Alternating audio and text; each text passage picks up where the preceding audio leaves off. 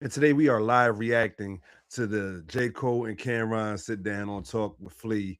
I didn't get a chance to watch this at all, didn't look at none of the clips, so we're going to watch this in its entirety and have some commentary on it, man. Appreciate everybody that's locked in. Hit that like button and all that good shit one time for your boy. Let's get it started. Yeah, my girl can't be a stylist neither. When she's fixing somebody's collar, I don't know what may happen next time she. All right, so we saw this though. What's up, man? What's up, man? I'm just saying, like, a lawsuit, bro. Lawyers? You know, it wasn't like that. I'm just saying, bro. You got niggas like. Come here, give me a hug, man. All right, man. That's what I was waiting on. Give me a hug, man. Thank you, man.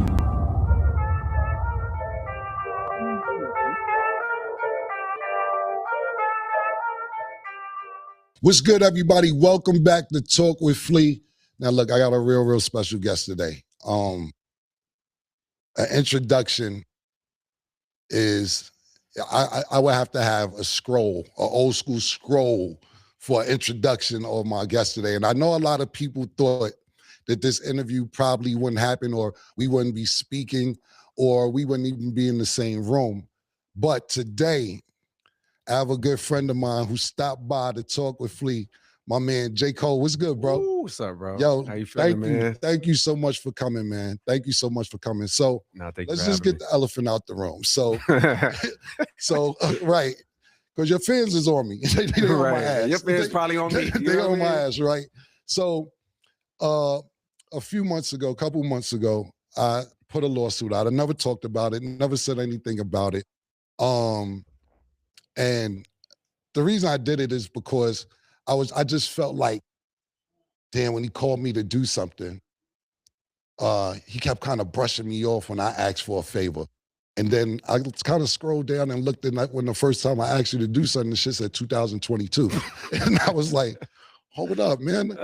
So yeah, it gave me a time to do something, time to do something. And then we actually talked, and I appreciate our conversation, because you're like, yo, if you feel a way, just say something. But this is my process, Cam, that when I write a rhyme, I'm trying to have the best rhyme I'm doing. When I do an interview, it's because I have something to promote. Right. So I was just basically going off what you told me. Right. And I'm like, this is kind of a long time from what you told me. Fact. So let me ask you this. When you first seen the lawsuit, because I never talked about it. Never talked about it. Right. What was your emotion when you see it? Yo, I was like, I ain't gonna lie, I was like hurt, almost disappointed, like, cause I got so much respect for you, you know what I mean? And I look at you like I know you are as a stand-up person, you know what I mean? And so in my mind, I was like, nah, Cam, not you, like, because even when you said like I was brushing you off, it's like, you got to clarify for them what was happening was Cam did two things for me, and he did them bitches quick. Mm-hmm. When I wanted you on the 95 South intro, what you need, boom, boom, I got you. I fuck with you. Right. I don't even fuck with a lot of niggas. I fuck with you, boom, boom, man, I appreciate that shit. Right. Then when in the studio, when we did I'm Ready, we remade I'm Ready. I'm like, yo, we got to get Cam on this. This shit'll be legendary. Right. When I hit you for that, nigga came through damn near immediately. Like, we just happened to be in New York same time. Right. Verse in 15 minutes, you did not tell a lie when you said that. Nigga knocked the verse out. Right. I just went to the bathroom, damn near. You know what I mean? Right. I walked in the other studio, hollered at niggas. My engineer came in like, yo, there. You said what? Corday was there. Corday was he was there that day? Yeah, he was there that day. That's right. Yeah. Shout out to Corday too. Yes, shout out to Corday. So so you did that shit quick as fuck. So mind you, as soon as you do the verse, in my mind, I'm like, I say, Cam, yo, let me get your lawyer info. Let me get your manager info. Real quick to tap in, when I did my verse so quick, it's like, you know, because I've been in the game a little longer than you, but it seemed like you was verifying, like you listened to it, not saying you ain't fuck with it, but you was like, nah, I ain't do this quick. It's almost like you study my shit. That's why I'm saying I understand where you come from being a lyricist. I remember you sitting there like, nah, this shit is all right. You know why? Because I'm listening. When I go back and I listen, and it's almost a weird place for me, because it's like, yo, you can. Right. So but I still, when I'm listening, it's your project though. There you go. So I'm listening almost afraid, like, you don't want to tell me. I don't want to have to tell Cam, like, yo, Cam, jury approach. So if I'm listening like that, it's really but I would because respect that. Then I'm hearing, I'm like, nah, this nigga went crazy. Like, that's, you smoked it. No, so you know, when you was leaving, you so cool, nigga smoking a black and mild on the couch. You know what I mean? Nigga knock his verse out. And then when you leave, and I say, yo, Cam, like, let me get your lawyer info, you know what I mean? Or whoever, so I can get you paid. I'm on that early. Mind you, we did this song a long time ago. You like, nah, don't worry about it. You know what I mean? Like, I'm like, nah, Cam, not like, please. Like, you know what I mean? You like, absolutely. Nah, trust me, this is don't true. worry about it. So in my mind, my spite, not for you, but in general, my spidey senses will normally go up. Because in my mind, I'm like, I don't want nobody thinking I owe them a favor. But I'm like, it's Cam. Like one, I do Cam a favor anyways. I pay him and still do whatever the favor is. You know what I mean? So it's like, this shit would never get weird in my mind. I'm like, cool, he insists. I ain't going, you know what I mean? Like, I'm not going to trip. Years go by. The song, remember I told you the song was probably going to come out in like a few months or something. But my process is like, clearly it took me 10 years on this album. So my process is so much that it's like that song didn't drop till 2 years later, a year and a half, whatever it was. So the song dropped, boom, boom. I give you very short notice that the song is going to drop. You know what I mean? But I'm like, yo, you still cool with us putting this out? You're like, cool, no problem, boom, boom, boom. So when it's time to do the paperwork, now I've learned my lesson. You also taught me a good lesson, and I do appreciate that. Because industry standard is like, if somebody do a verse for you or they produce for you, how we move, we so last minute, and in the game, it's like standard to be like, we'll work it out after. Because everybody moves like understanding industry standard. Like, okay, he might ask for 20% when normally it's 15, no problem. But he ain't gonna come and ask for 70%. Like, so we'll handle it after, boom, boom. So the lawyer came back on our side, I don't know, a month later after they trying to figure the paperwork out. After Mike Delete Later drop. They're like, yo, did you tell Cam you'll do a swap for an interview, boom, boom? I was like, no. I told him I'd do an interview, and I will. I still got a plan to do an interview for him. But I ain't say it was a swap. Like, it wasn't a swap. It wasn't a verse for an interview. Like, I'm gonna go do Cam, but it's not based on the verse, right? So they come back with some crazy number, like, all right, he want 300,000, some number where I'm just like, what the fuck? I'm like, all right, shit is going on. And then right after that was the Kendrick and Drake shit. So much shit has happened in my life. That's not necessarily a priority for me. Meanwhile, you hitting me around that same time, like, yo, bro, is it, you know, like what you think about doing an interview? I'm like, Cam, I would love to do an interview. You know, I fuck with your platform. I would love to do an interview with you. Let me get this album out. Now, here's where I fucked up. And if I go back, I'll start doing shit differently. Like, I was telling you when I thought I'd be done with the album. So I'd be like, you know, if at this time it's April or May, I'd be like, you'd be like, cool, just let me know I'm starting this thing, this new, you hadn't even started this yet. I damn near maybe it was going to be your first guest or some shit. And that's exactly what it was going to be. There you go. Absolutely. There you go. So what I was telling you was, man, I think I had this shit done by September. And I mind you, when I'm saying that, I'm confident in it too, damn near. I'm like, yeah, I should be done by September. I've done this before. But I ain't know that I had to get, I had to get my head right. I had to get my energy right. And it took me a lot of elements, made it so that by the time September crept up, I had you on my mind the whole summer. I'm like, fuck, I told Cam September I'll probably be done. I'm knowing, and this nigga, yo, you don't play about your business, and I really respect it. I appreciate it. September 1st at motherfucking 9 a.m. This nigga Cam was on my line like, hey, what's up, bro? Like that's why it's like, I see how you built such a successful business. I appreciate that. Every time I gave you a date, I don't know if you got a assistant, a schedule, if that shit is up here. Every time I gave you a date, you was on me on that date. So the first time you hit me September, and I'm like, fuck, I got to tell Cam it's not September. Cam, it's not September, boom, boom. Like, I'm not there yet, boom, boom. I think it'll be realistically March or whatever I say, right? I give you another date. You, everything's cool. You cool about it. You're not tripping at all. You like, cool, just let me know, boom, boom, boom. You double back around March or whenever the next thing is. Whenever you told me to hit you back, I was every time you double back, but the next time you double back, I also wasn't ready. And mind you, the whole time, you don't know this, but I was telling you the other day, it's like, every time I had you on my mind, like, fuck, like I'm behind schedule. But somewhere in my thoughts, I'm thinking about you because I'm like, yo, I told Cam I'd be done by such and such. Just real quick, right? Me being on your mind is pause. And let's just. That's my first. I just because you said it like 3 times, I'm gonna let it slide. But I don't want to be on your mind that much, man. So I just want to get that out the way. But go ahead, my bad. I don't want to interrupt the story. Go ahead. Go ahead. I'm sorry. So we in March. Now we in March, or wherever we at. Whatever the date is, now you follow up again. Now I got to hit you with the news again. And I think this time is when you hit me. I could feel No, this time when you hit me, I damn near didn't even want to text you because I'm like, I can't text him the same thing I text him. Let me call him. Right. So this is when I called you. Right. I don't know if you remember this, but I called you. I'm like, yo, let me just call him. And when I called you and we got on the phone and I hit you now verbally with the same thing I hit you with on text, I felt the Harlem come out damn near. Right. You know what I mean? Where you was like, yo, I understand what you're saying, but like, let me tell you how I'm feeling. Like when you asked me to do something, I showed right up and I did it and I knocked it out. Now when I'm asking you to do something, it's like, you gotta, now it's all of this time and boom, boom. It's like, yo, I'm not understanding, which I felt your energy. I had to go, whoa, Cam. Right. Like, I feel like, you know, I'm sensing your energy and I'm realizing like, we don't even really know each other like that. Yeah. I respect you. I got a lot of love for you. And I'm assuming you respect me, got a lot of love, but we don't really know each other. So I feel like you may think that I'm trying to give you the runaround or play with you or boom, boom, boom. And it's not like that. Right. Nigga, if you only knew how many people that you know are I've maybe done the same thing to, and it's not, and that's when I explained to you like, yo, I don't move like that. Like I'm not just jumping out to do an interview for it's like, yo, I want to talk about the music and anything else that comes around the music, cool. But it's like I don't have nothing, especially at that time. If I jump on an interview, what do niggas want to hear about at that time? It's like, man, no, my mind is on trying to finish this shit I've been working on for so long. I explained that to you.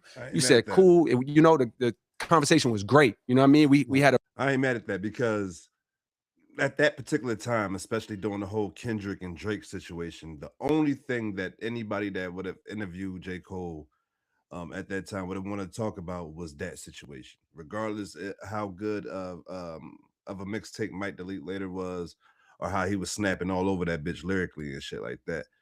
That shit wouldn't have mattered at all because of not only the 7-minute drill track, but the recanting or the you know what I'm saying, the reneging of the track itself and shit, and the apology that followed.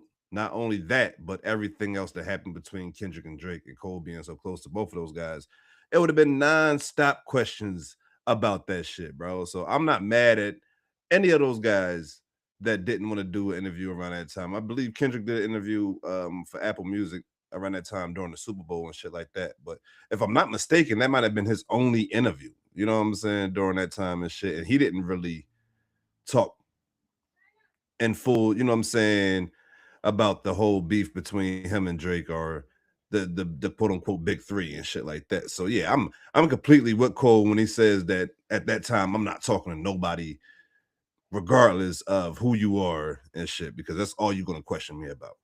The real conversation, and then I gave you another date. Right. And this last date I gave you was probably like June of last year or whenever it was. Yeah. And I remember because we started mixing the album for real a little around the time after I talked to you. We started mixing in tape.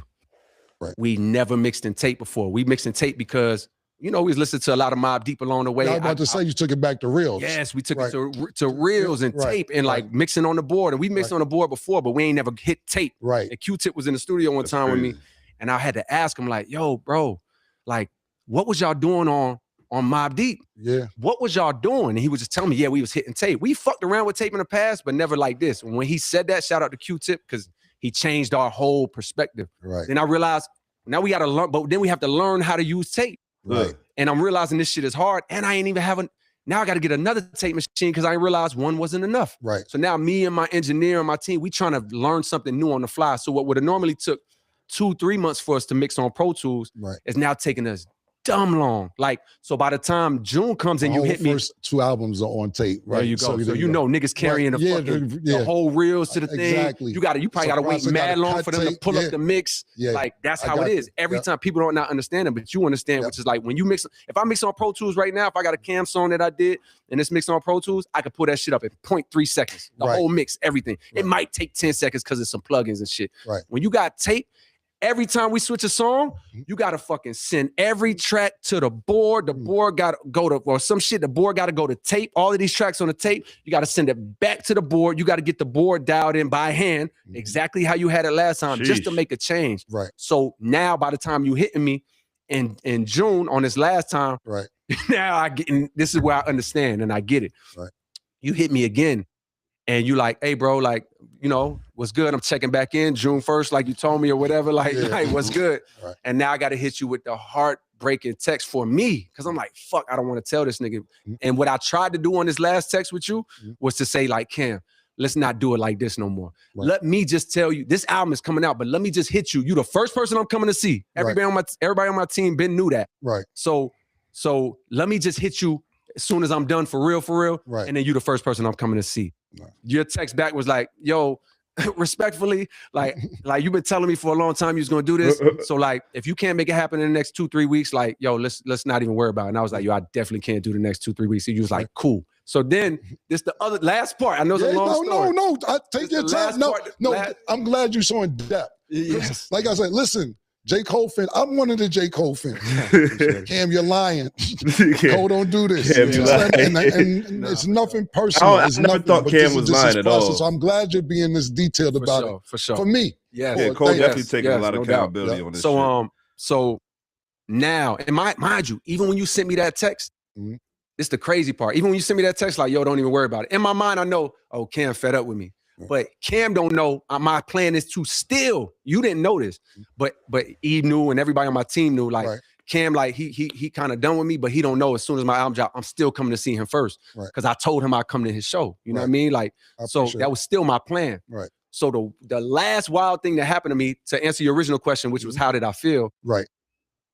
About a month before I'm not even gonna say this, around like August, September, or whatever the date was in the fall, I got a random text from you. And it was like some like DocuSign thing that you was telling somebody like, yo, I think you sent the wrong one or something like that. I'm thinking somebody hacked your phone. I remember. I'm thinking somebody, because you know people be playing on phones and trying to hack. Right. So I'm like, yo, bro, you good? I hit you damn near back in at least 10, 15 minutes. Like, yo, you good? And then you was like, oh, no, my fault. Wrong text, like wrong person. I'm like, all right, hope you good. And then you hit me like, yo, everything good. So in my mind, I'm like, you know, we still good. And I still got plans in my mind to hit you. So then a month later or 3 weeks later, when a lawsuit come out, I'm like, come on, Cam. And only because it was like, in my mind, I'm like, bro, you really could have hit me. Like, although it was taking a long time, I don't give a fuck if you would have called me and been like, yo, nigga, what the like you could have screamed on me. We could have argued, boom, boom. I would have preferred that than the other way, because I was just like, damn, Cam, it never got to that point where you couldn't like holler at me or whatever.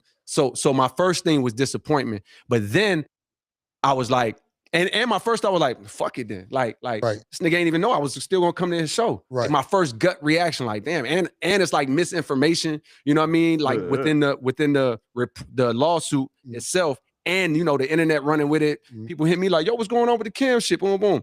So like my ego reaction is like, all right. Quietly, I'm like, man, fuck this nigga, boom, boom. Right. But quickly, I'm like, but nah, like, I get it though. Let me put myself in his shoes. Like, yo, the nigga feel like he was getting a runaround. Yeah, you know what I mean? He don't know you for real. He don't know your heart for real. Right. He think you trying to play.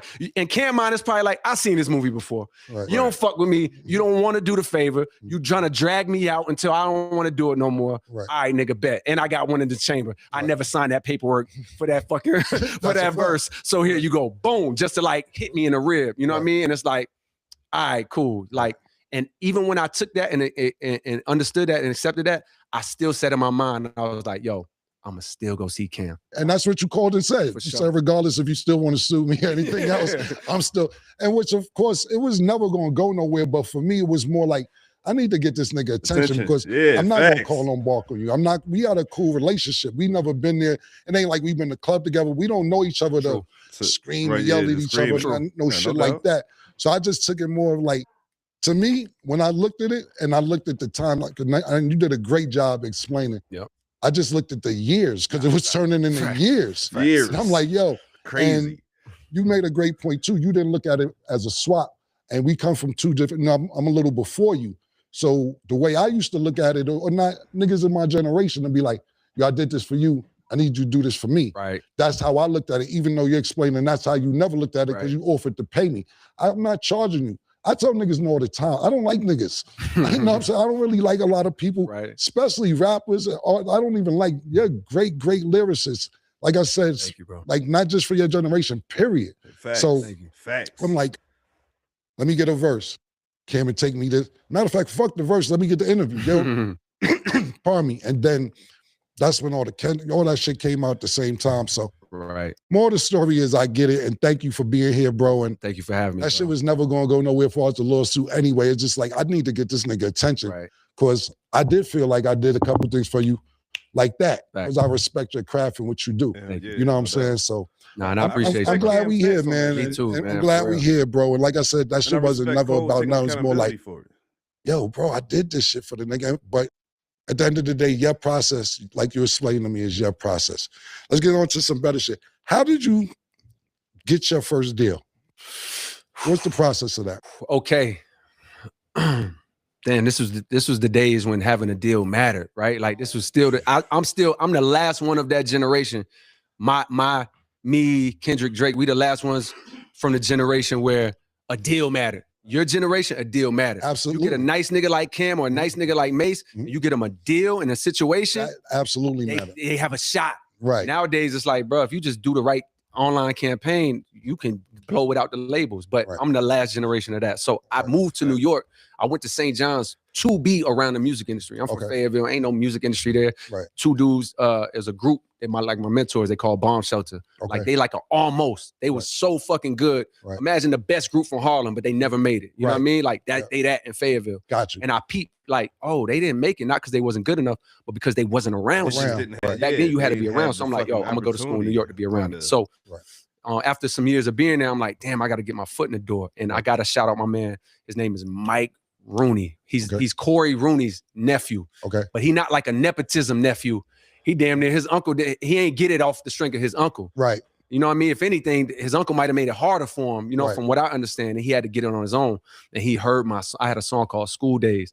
And he heard this shit on my MySpace. It's a long story, but he ended up connecting me with Kirk Lightburn, a dude that's like really tight with Mark Pitts. Right. So Mark Pitts, it heard. Shout out to Mark. Shout out to Mark Pitts, Gucci the Don. It's like he heard Lights Please, the song I got called Lights Please, and he saw the vision. And he brought me in. And eventually he ended up taking it to Jay. Okay. You know what I mean? And Jay like heard it. Mind you, this is a year after I waited outside. Right. It was a baseline to rock the mic for Jay trying to pass him a beat CD. Right. You know what I mean? And he ain't take the shit. He like kind of dubbed me. Right. And it taught me a lesson like, nigga, you ain't gonna get it like that. That's not how you want to get it. Right. And a year later, via Mark Pitts, you know what I mean? Mark had the vision to take me to Jay, and Jay heard it, saw the vision, and signed me. Right.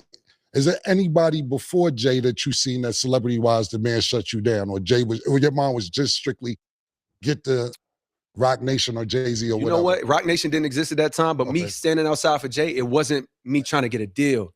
I make beats too. So it's like, in my mind, I'm like, damn, I seen Kanye like got in with the producing shit first. Right. Maybe that's an end for me. And the news had dropped that Jay was working on American Gangster. Okay. You know what I mean? But the article was saying he wasn't necessarily done. Like, so in my mind, I'm like, I'm ambitious. You know what I mean? I believe in myself. So I'm like, I was at work. I'm like, yo, as soon as I got home, I made 2 beats, threw a hook on one, put 7 other beats on the CD. I put the American Gangster cover on it. Like I slid that shit in the CD book over my volume 3. I had a volume 3 or volume 2. So I took the cover out, put his American Gangster cover in, black and white, little printed version, and stood outside trying to get him a beat CD with a hook on it, thinking if he in my mind, he was going to go upstairs, put the CD in, hear it, go get that young kid from outside, you know what I mean? So I thought that, I wasn't even thinking about it signing to Jay-Z. I was just thinking like, oh, maybe I can get my beats off, you know what I mean, and get on like that. I only thought about signing a Def Jam or to a label. I never thought about a Jay-Z or something like that, but it worked out for me. But that's what I'm saying. Was it only, nobody ever said,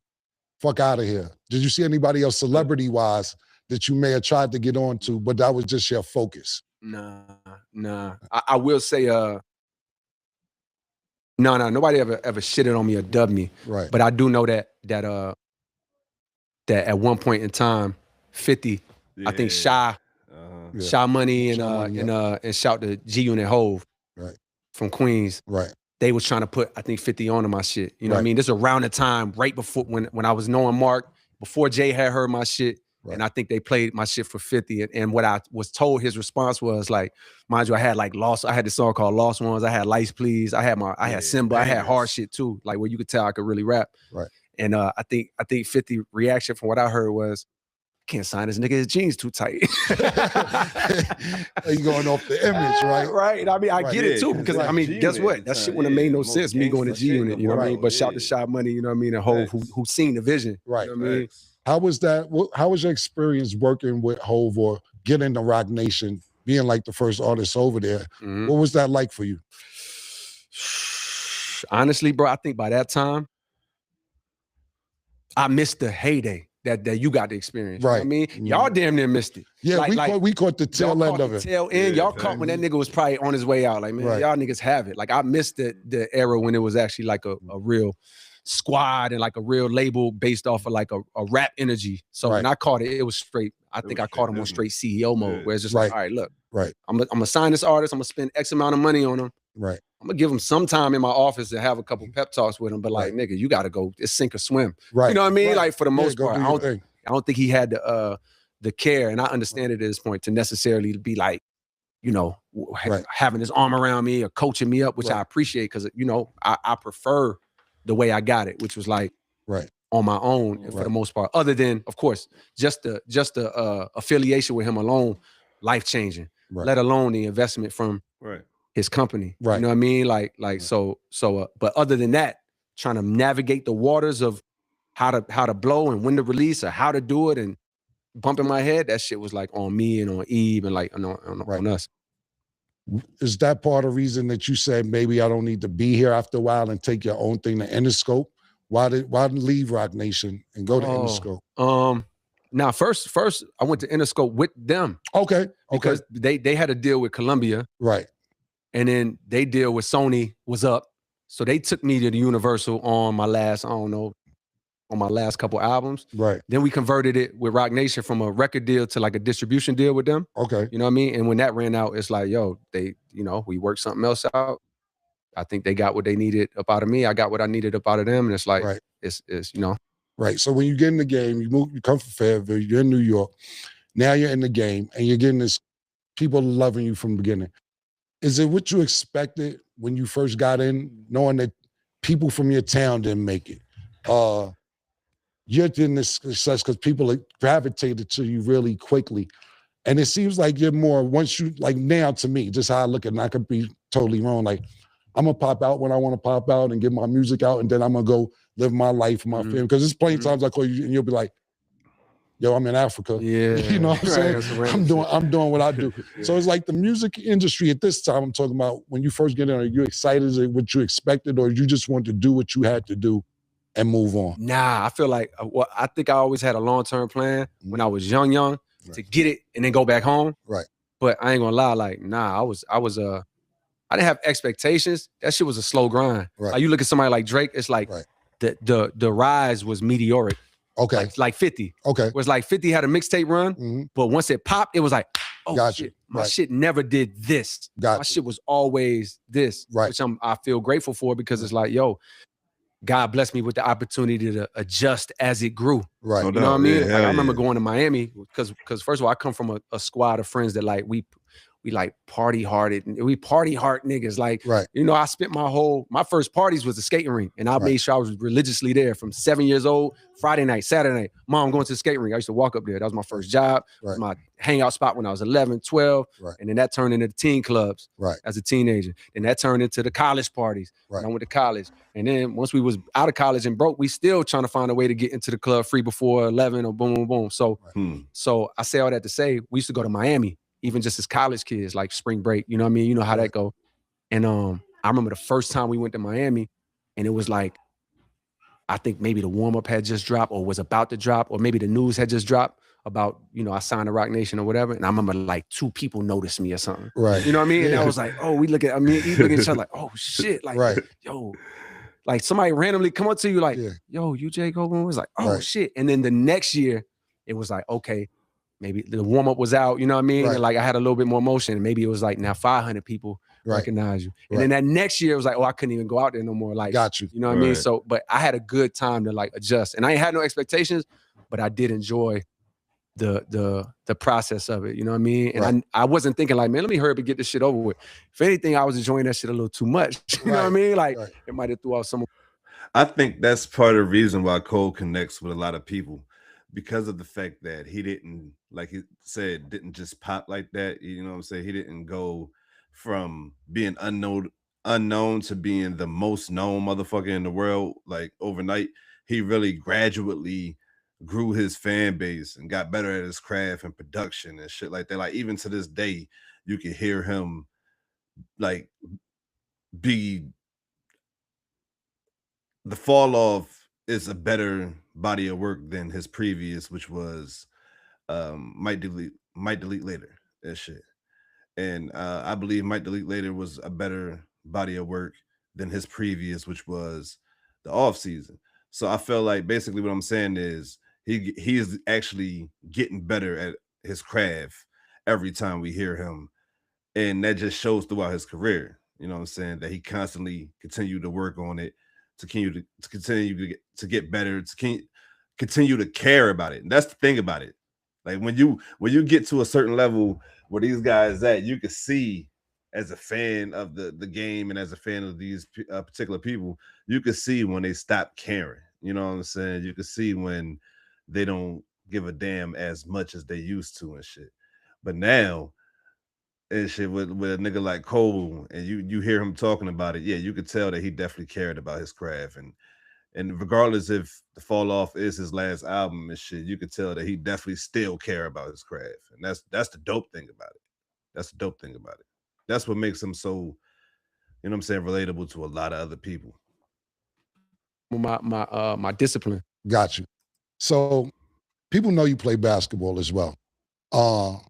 Like you're about to go play basketball. Where in China, you told me? Yeah, like on some random you told me, shit, call yes. me, playing professional ball in Africa. Yeah, like thanks. Canada. I spoke to Drake one time, like, I went to see J. Cole. He's playing ball in fucking Canada. Right. Yeah. You're playing professional basketball around the world. Thanks. Yeah. So for me, right? I was either basketball or rap. I didn't really have no other plan. I didn't have a plan C, plan D. Is that what you focused on growing up? Like, I want to be a basketball player, or I want to rap, or did you have other goals? Yeah, those were both of my goals for the most part. But I ain't gonna lie, like nigga, I was, and still to this day, like I'm not going to play professional in Africa because I'm some nice nigga. Like I can hang on the court, I can shoot, you know what I mean? I can defend, but I'm not and never have been that nigga on the court at any time on any level. Like when I see, you know, they got that famous clip of you in high school. Like, nah, you was getting to it. Yeah, you know what I mean? You was one of the ones. It's like that was never me with basketball. Although I had a love and a passion for basketball, I always feel like, yo, I left a lot on the table because I ain't have direction. I ain't had nobody around to be like, nigga, you ain't even good. Yeah. You're a supporting player on your high school team. You're not even that nigga. Like I had nobody to say that. So, but I always kept that love and that dream. Even though I'm not good enough, I still had the dream. And what that dream did is it allowed me to get better over time. So who I was at 17 as a player, I was way better at 18. Then I was way better at 20. Then I was way better at 22. I actually kept getting better as a player. And so the basketball shit is like me just trying to scratch a last itch. You know what I mean? Of like, yo, let me see if I could do this. Could I train and be able to like go play professional? Because these teams and these leagues are looking at it like, you know what? He not ass. He could come be on the court and he can give our league some publicity. Some publicity. So the China thing you're talking about is like it's a team in Nanjing that from last year was offering me to come and play. And I'm like, you know what I mean? Like I'm looking at the clock, like, boy, I'm getting older. Like this might be my last shot. So I'm gonna keep my word to them and show up and play a couple games. Although I know, you know, I'm not in the best of shape because the album, but I'm gonna go out there and have fun with it. Why wouldn't you? Listen, niggas offer me a couple $2 to come play. I don't know about China. I'm going to Canada. I'm gonna go to Canada if I have a shit. Why China though? Because it's so far. I don't like going a lot of places if English ain't the main language. I don't even care if I have a like if I go do a show or we on tour, cool, but like you're going to spend time to play ball over there, like live a regular life. Not saying you can live a regular life, but just at the end of the day, nah, I've been to China. I remember I did a show in China, Shanghai. Shout out to Shanghai to the fans. And the crowd was going crazy. It was a Reebok event. And the cops made everybody sit down. and was like, watch the show sitting down. Damn. Yeah, I was like, what the yo, how are they gonna enjoy the show? Right. And then told me to start over. I said, yo, what's going on out here? And then we went to a hip hop club and it was cool. I guess because it was a big event, they turned it into something. But I like America, man. I really do. I like North America. Right. I feel you still driving the Honda? Hell nah, like in my regular life. No, I'm saying you kept it around. It's parked at the crib. Okay, it's always been parked. It's sentimental to you. Oh, it's what's the sentimental value to it? That's the car that I used to get back and forth from college in. Okay, you know what I mean? Like that's the one. So if I had a 3-day weekend, right? Like college, we off on Monday. Right. That Friday after class, I'm driving back home. Got you. So like I-95, like I didn't hit that route so much. Right. Back and forth, I know to this day, I know exits. Right. Like I know when I'm in Maryland, I know if I get off on this exit without even looking at the signs, I know it's a gas station right over there. It's a Chick-fil-A, boom, boom, and it's always in this car. Parties, in this car. Me riding around with Eve in New York, playing a song I just made in my room or at the studio with Mike Rooney in this car. Right. When So Far Gone dropped, this nigga Eve was trying to put me on. Right. I was damn near avoiding it. like everything happened in the car. I remember I pulled over. I had to go piss. Right. I pulled over on the street in New York, just found me a little corner to go piss. Yeah. I came back. He had So Far Gone in. Right. It's like he had to force me to listen to that shit. Right. And I'm listening like, oh my fucking God, in that car. You know what I mean? Right. Drive from New York to Miami in that car. The first time we ever sold a physical CD of my own was in that car, North Carolina A&T. So yeah, I'm sentimental with my possessions. That makes sense. It makes a lot of sense. Hell yeah. There was a rumor. Did you have a scuffle with Puff before, or is that just all rumor? No, that actually happened. I had a. So yeah, explain that. Nah, you know what? I damn near wish I could because it's such an ill story. Right. You know what I mean? But matter of fact, we did a podcast, me and Eve, like a year and a half ago, where we kind of ran through like the first part of my career up until Forest Hills Drive. Right. And we had a bonus episode that was the whole episode was just about that night. Okay. And that altercation, right? Right.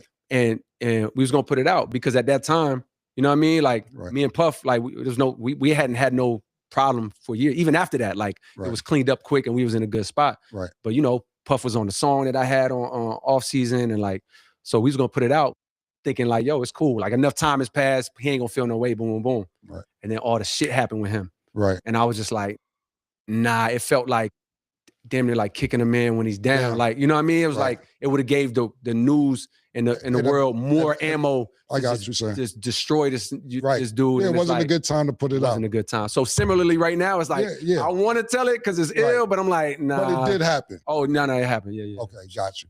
We talked, you mentioned a couple names earlier. And but let me say this. Absolutely. It did happen, but the stories be wrong. Okay. The narratives around it be wrong. Right. The remixes is crazy. The remixes is. If this is what everybody been complaining about, talk about J. Cole was defending Diddy, we're in that whole situation that he defended that nigga. He said he didn't want to kick a nigga wide down. Also was like, if he was to do that right there, niggas was like, oh, J. Cole doing that to get clout off. Who gives a fuck? Me, I'm one of them niggas that believe that Diddy was a piece of shit to begin with. You know what I'm saying? Like, I always believed that he was a piece of shit. So somebody proving that he was a piece of shit to me doesn't change my perception of who that nigga was. You get what I'm saying? So if you already believe that this motherfucker's a piece of shit and somebody else show you proof of him being a piece of shit, what is that going to do? Make you double down more? Like, he always, like, in your eyes, he always been a piece of shit, so it don't matter. You know what I'm saying? It shouldn't matter for real.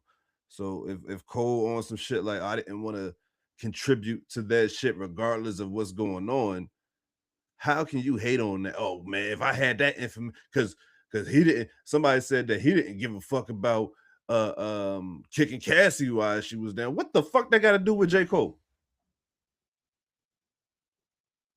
Come on now. If that's something that he didn't want to do, how can you get mad at that? This is the shit I was talking about, the whole apology shit. If he wanted to apologize, how can you get mad at that, nigga? Why are y'all so angry about what this man is doing? Y'all gotta stop that shit. That's fucking weird, bro. That's fucking weird. I think Diddy is a piece of shit. Do I care to see, like, people talk about how much of a piece of shit Diddy is? No, I don't, because I already feel like he a piece of shit. Why do I need to sit in that shit in it? And it don't make sense. Whatever. I'm not going. Let's get back into it. It's crazy, like how shit be happening. Right. But the remixes is crazy. Right. Because, you know, people will say it happened, didn't happen. I tell niggas all that, like, when it come to history, not just rap, I'm like, by the time we leave, if somebody get punched in the face in this room, by the time you get to Valet, it's 7 different stories of how they got punched in the face. Got punched in the face and his tooth fell out. Now his nose came off. Like the remixes of stories, it just be crazy. So no story that's out there has been right. So, what you're saying. So just so people know. Even Punch from TDE, shout out to Punch, that's my man. But he gave a rendition where I'm looking at him like, yo, you got a lot of it right. But you wasn't really right there. Right. So even what you saying, you either missing details or misrepresented some details. I know the story, and he was right there, but I know the full front to back. You know, I'm sitting in the driver's seat, and you know, that's a memorable night for me. So it's like, I'm recalling that shit verbatim. But even somebody that was there that's giving it, it's like, nah, that's not the full. That's not the full. All right, I got you. Look, so my only thing on that is, if you're gonna say all this shit, then you gonna have to go ahead and tell that story, partner. Like all that shit is cool. All that shit is cool and what you talking about. But if you saying that and you call it like if you saying that Punch story, you know what I'm saying, was let's say 75% accurate or whatnot, you're gonna have to fill in the blank. Then you're gonna have to tell the full story. You can't call out another man's story or calling out somebody else recalling of the situation without giving the actual facts. Then if that's the case, bro, then yeah, you can't do that. You can't do that. I'm gonna have to disagree with Cole on that shit. Like, regardless of how he's looking at that one, you can't call niggas out, talk about they wasn't, you know what I'm saying, they wasn't actually, you know what I'm saying, in the driver's seat or in the front seat with it and shit, but not actually tell the story from the front seat. Like, nah. We was talking about how at the beginning of the show, when I wanted to do the interview one of these times, and then this Kendrick thing comes up. So we have to put things on the back burner, which is fine. When you heard Kendrick make that song with Metro Boomin, and I remember years ago when y'all was first, I don't want to say first coming out, when y'all niggas was kind of established, and he did a freestyle years ago, and it was kind of like, he kind of was taking shots at everybody, not just you, period. And I remember you was like, yo, I don't know how to sit with this. This was not this problem that happened. I'm talking about maybe 6-7 years ago. And he was like, I'm supposed to take this. You know what I'm saying? Because he's trying to make it seem like it was competitive. When this latest... It wasn't shots too, when you really listen to that song. It was the control song you're talking about. It's like, you listen, it's not a shot. You know what I mean? But the world at that time, it felt like the energy of it felt like a shot. You know what I mean? But like when you really bust it down, like, oh, that's nothing disrespectful in there. You know what I mean? But I understand what you're saying. There was something before. Now you was gonna ask me, how did I feel when I'm about to ask you? Yeah, no, elaborate. I want you to be elaborate because I want to make sure I got it right. And if I don't got it right, check me to make sure not Kim. It didn't happen like that. Sure. You know what I'm saying? So when the Metro Boomin track just came out, or not just now, been a couple years now.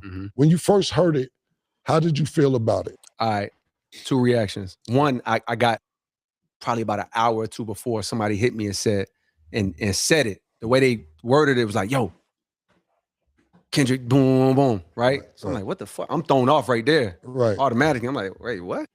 And then mentally I go to like, wait, I know we good. I just spoke, boom, boom. Like, now I'm trying to think like, damn, did I do this?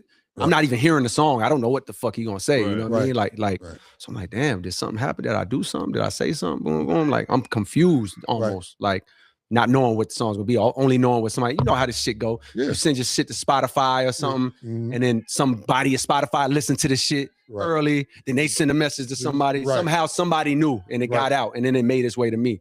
So an hour or 2 before, mind you, I go to sleep. I sleep by motherfucking 10 o'clock most nights, 9:30, damn near. So now I'm like, oh shit, let me stay up and hear what this is. You know what I mean? So I listen to it, and I have 2 first reactions. My first reaction is, that shit is hard. You know what I mean? Like, it's a hard ass verse, undeniably. The beat crazy, the song is ill, and I'm like, he went crazy. That's my first reaction. Because I don't know what I'm listening for. You know what I mean? I'm like, that shit's tough. My second reaction is, not now, nigga.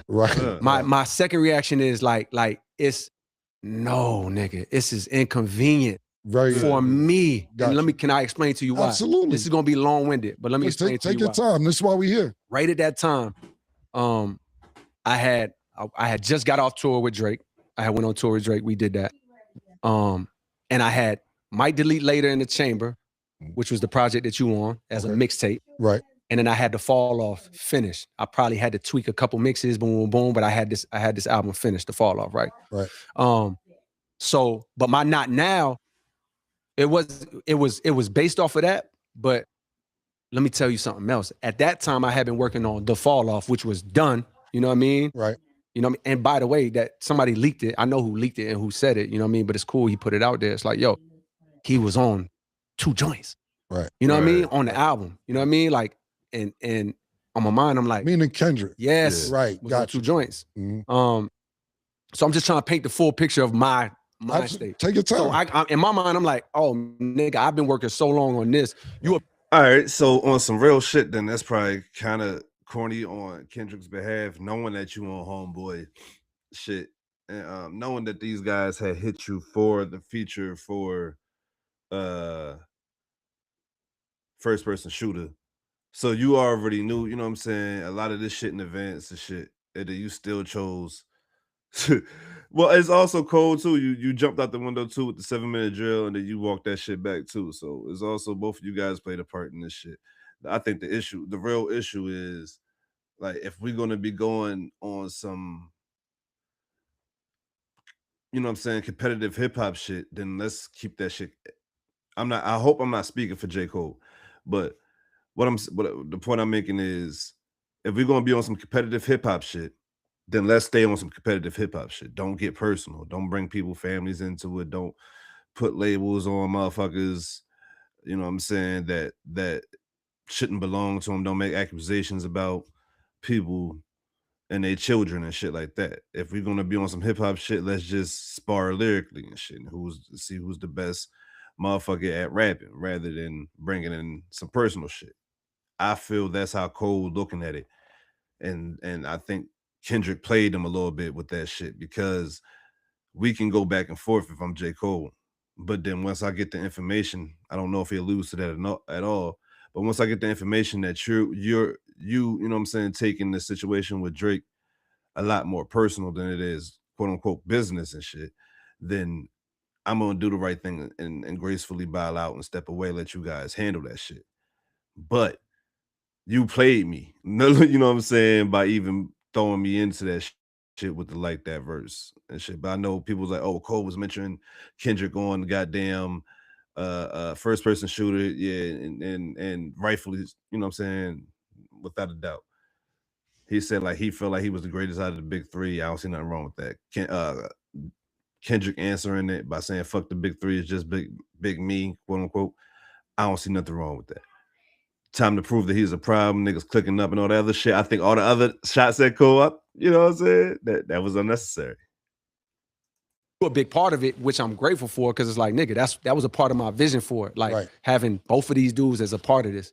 On my way out, I wanted to like celebrate, like, damn, I'm really grateful to have done it at the same time as these niggas. Yes. And I genuinely felt like, yo, like this is it for me. You know what I mean? And at least at this level, I ain't working 8 years on the album no more. Right. But there's something I'm leaving out, which is when that shit happened, ultimately it became that whole situation from me going on stage, apologizing, boom, boom, it ended up being, that whole situation ended up being the absolute biggest blessing for me. Right. And this is why. If you would have heard me talk about the Fall Off at that time for like months before, me and Eve like this, like creatively, like this is my man. And like, if you would have heard me talk about the album at that time, it would have sounded something like this. Man, let's put this shit the fuck out, bro. Right. Let's get this shit out, nigga. Let's hurry the fuck up and put this shit the fuck out and be done with this shit. Like, we was over it because we was so exhausted from working on it. Right. You know what I mean? Like, while I was working on this album, I dropped 4 Your Eyes Only, KOD, the off season, and had Might Delete Later in the chamber. I was tired and burnt the fuck out. And I used to like pray basically like, God, show me when it's time for me to really be done with this shit. Right. So I can know. Right. And so for 3 months straight, probably from like December, January, February, every time I sat down to write, I couldn't write shit. Like nothing was, I couldn't get past writer's block. I couldn't get past a line or two. Right. And I'm just like, damn. I was taking this as, I guess God is showing me, yo, you really done. I thought he was showing me I was done in the form of like, yo, I'm tapped out. I ain't got shit to say. Right. So on top of that, how I would speak about the album and my energy was negative. It would be like, bro, like, let's get this. How I felt about this shit, which was hard as fuck. How I felt about it was almost, it was negative. You know what I mean? It was like, man, let's put this shit the fuck out. I'm done. I'm exhausted. Clearly I'm tapped out. I can't write shit. All right. But I got enough in the chamber where I know this is how I'm going out. And like, if I never write another rhyme or put out another album, it's cool because I did this. Right. So that's the energy that I'm listening. That's the energy I'm sitting in when this verse happens from him. Got you. So my thought goes, first of all, this verse is crazy. It's hard. Right. But it's also like, damn, nigga, this shit is inconvenient. Like it's terrible timing. Got you. And on top of that, my next thought, and this is what led me to everything that came after that, which I'm grateful for. You know what I mean? I can't even say they're mistakes. Because it's like, I really believe that like, oh, that's how it had to happen for me. Like God knew that like I would do this and boom, boom. But basically my next thought was like, all right, fuck. What you gonna do? Because my phone is blowing up immediately. Right. Nah, nigga. Like, please press the button. No, because like that's the energy from you know, niggas that love me. You've been murking niggas. Like, let's talk about the process leading up to the Kendrick, like that verse. J. Cole was on a fucking generational feature run. Bodying niggas. You know what I'm saying? Left and right. Of course, the Johnny P. Caddy, the Young Thug track, the Drake tracks, you know what I'm saying, with the first person shooter, Scary Hours too. So many, you know what I'm saying, so many other joints, you know what I'm saying? It's other tracks that people throw out there that I didn't name and shit like that. But he was on a historical, you know what I'm saying, feature run, just bodying niggas on their own shit. And then when it came to basically the, you know what I'm saying, you made your way through the whole video game, and then you get to the boss fight or that final boss or whatever, shout out to The Rock, you couldn't get the job done and shit. Like, you know what I'm saying? You in a lot of people's eyes, you folded and shit like that. So that's the whole purpose of why people are looking at you like that, because you was bodying niggas and the shit that you was talking big shit, slick shit, saying that if anybody wanted to get bodied, come try you. And the one that, you know what I'm saying, ultimately made you apologize is the one that, you know, got you sitting here explaining right now and shit. Right. You know what I mean? Yeah, absolutely. Yo, press the button, boom, boom. In reality, do I actually feel any sort of, when I listen to that verse that day, do I feel any sort of like, damn, nigga, what you say? Right. Why you say there wasn't no disrespect in there? And at least for me, you know what I mean? That I didn't listen to that and be like, damn, nigga said what? Right. Nigga said I was XYZ. You know what I mean? It was, my feeling was like, fuck. Because now I know this shit that you've been working on for 8 years, plus this other shit that you did as a setup. Niggas ain't gonna never let you put that out until you address this, until you say something here. So my mind becomes, you know, it's silly to think of now, but it's like, it's where I was at the. That's the point I was making earlier. If he talks to Cam around that time, that's all niggas is going to want to talk about. So that's the same thing that he had to do basically with 7 Minute Drill. That's what he said. He had to put something out because the niggas wouldn't allow him to put out, you know what I'm saying, might delete later without addressing that shit. They wouldn't allow him to put out the fall off without addressing that shit.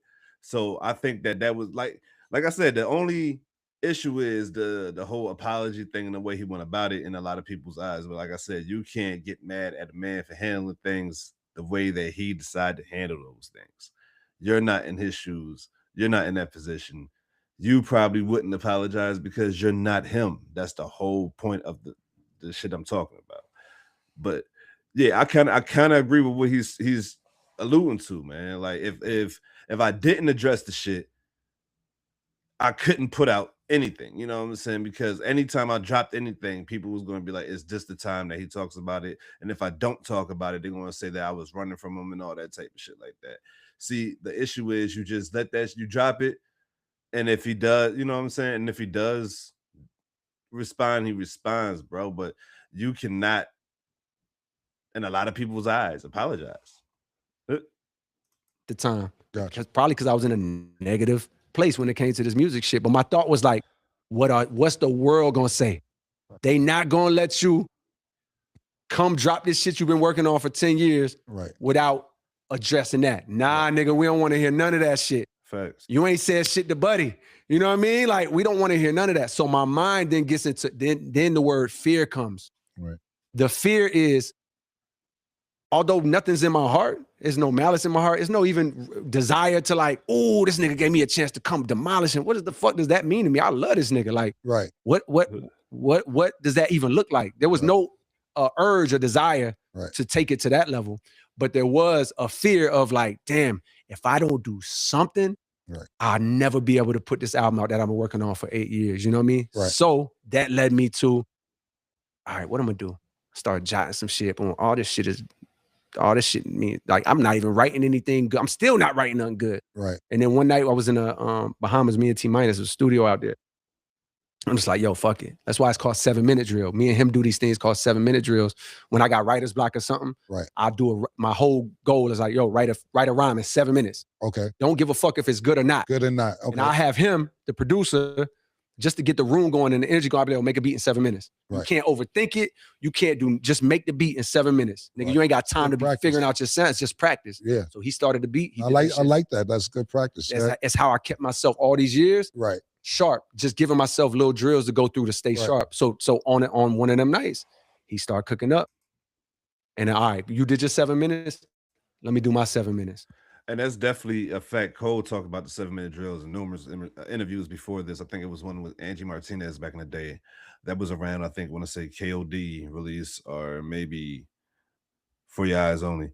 But it was around one of those times and shit like that. But he spoke on the 7-minute drill even back then and described it the same exact way. Whereas though he takes 7 minutes to write a rhyme and the engineer or the producer takes 7 minutes to make the beat. And that's the dope thing about that song. When I called that shit out immediately when I first heard it, is the fact that it's called 7-minute drill, meaning that he wrote that shit in 7 minutes. The beat was made in 7 minutes.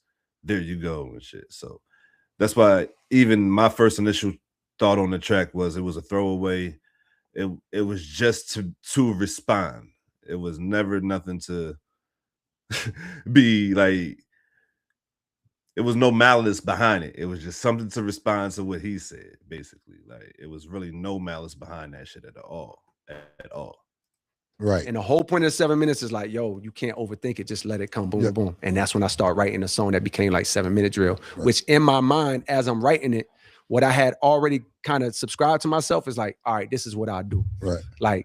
Like, this my nigga. You know what I mean? Yeah. But I'm worried about what the world gonna say, which is embarrassing to say out loud, but it's true. You know what I mean? Like at that time, because I'm fearful that this thing that I worked on for so long will go unappreciated if I don't. Right. So I'm like, all right, this is what I do. Right. Let me say just enough. Right. To where it looked like I did, you know, like it looked like I said something. Everything I'm saying to him, I know, and he know it's all survivable. You know what I mean? It's nothing I'm hitting him, I'm not hitting no fatal blows, but it'll be just enough to be like, all right, nigga. You said something. You said, now you gonna come back. I know this is my man. He gonna come back. He gonna say something. You know what I mean? Probably give me a line or two or give me a whatever. And I'm gonna be like, you got that, cool. Now let's get to this album and really fuck him up. You know what I mean? In my mind, right? Like, but mind you, it's a decision made out of like non-clarity. But through that non-clarity, it seemed like my best option, right? Boom, we put out Might Delete Later 2 days before Dreamville Fest, and that song is last, right? We just throw it on there, boom, boom. The second it comes out, and I'm seeing the right away what I did. Instantly, what I did was like, oh, you instantly divided off rip. You created a dividing line. Where you forcing the world to pick a side. And to, if they fuck with you, they gotta slander him. And they taking some of the shit you said, thinking it's survivable and thinking it's just some light shit, boom, boom, boom. they taking what you said and they giving it gas and they giving it light. And then my thought becomes, oh, fuck. I done fucked up. I done misrepresented myself. Right. I done miss. That wasn't your intention. That wasn't my intention. Right. My intention was some bullshit. Honestly, my intention was fraudulent to begin with. You pretending. It's like a nigga pull his gun out and like that's just my analogy. Yeah. It's like, oh shit, nigga pull his gun out and just shoot a nigga toe or something. Right. It's like, I shot him. You know what I mean? It's like my intention. You only did it because you was worried about how everybody looked around you. You know what I mean? So my intention was some bullshit. Right. So with your intention being some bullshit, then me seeing the result of like, oh my God. Right. Bro, I respect the accountability. Like, look, say what you want about the nigga, but he said off rip, my intention was some bullshit.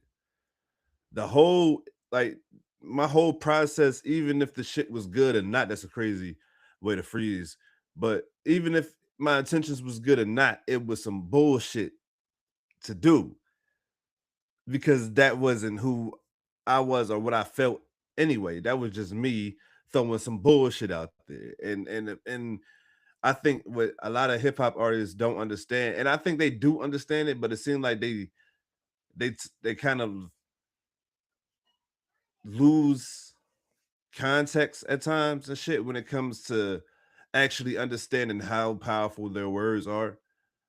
Because he'll say, like he said, there's certain lines in that song that people would run with are in the still running with to this day when it comes to Kendrick and shit, especially about the fact that he always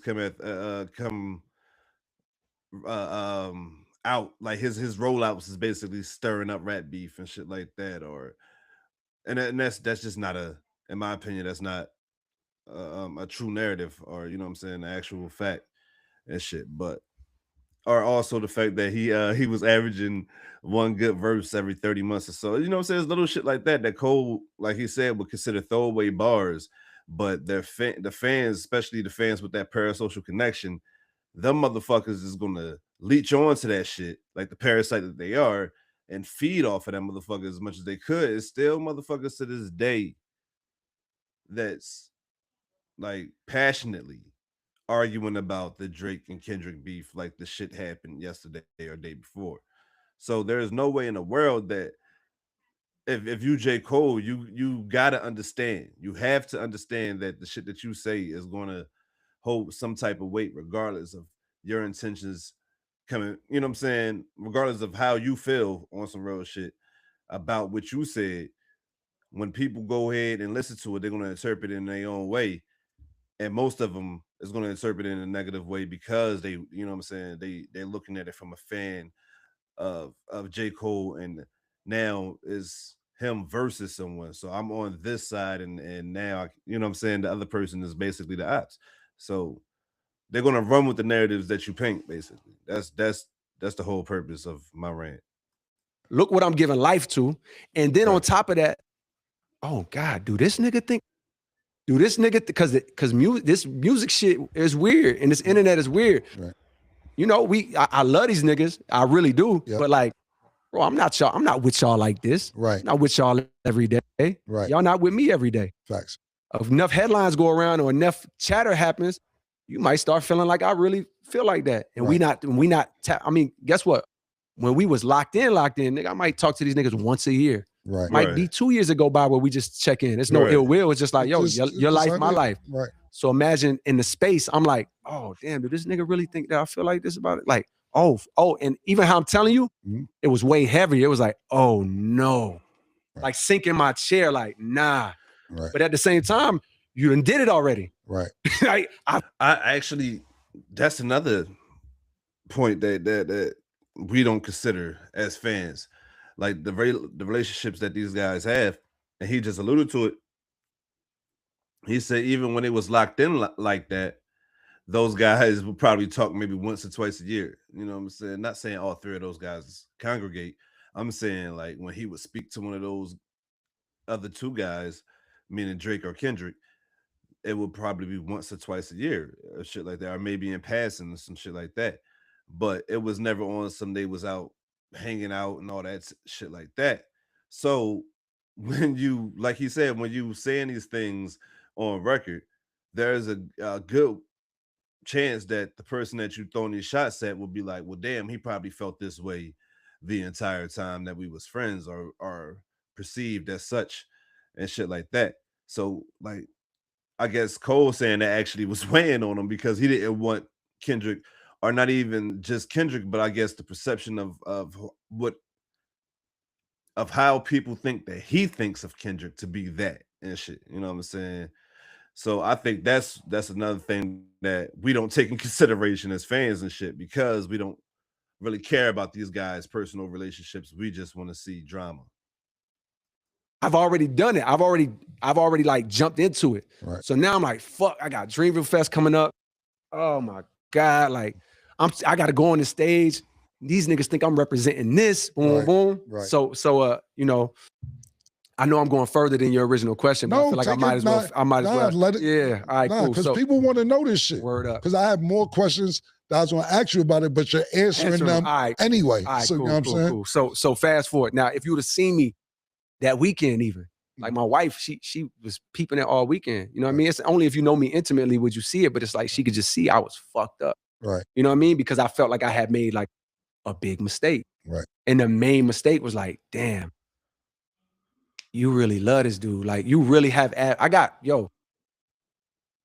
a fan, right, a friend. It's not just him, it's Drake too. It's like, yo, I really fuck with these niggas. You know what I mean? Like, and it's like, oh shit.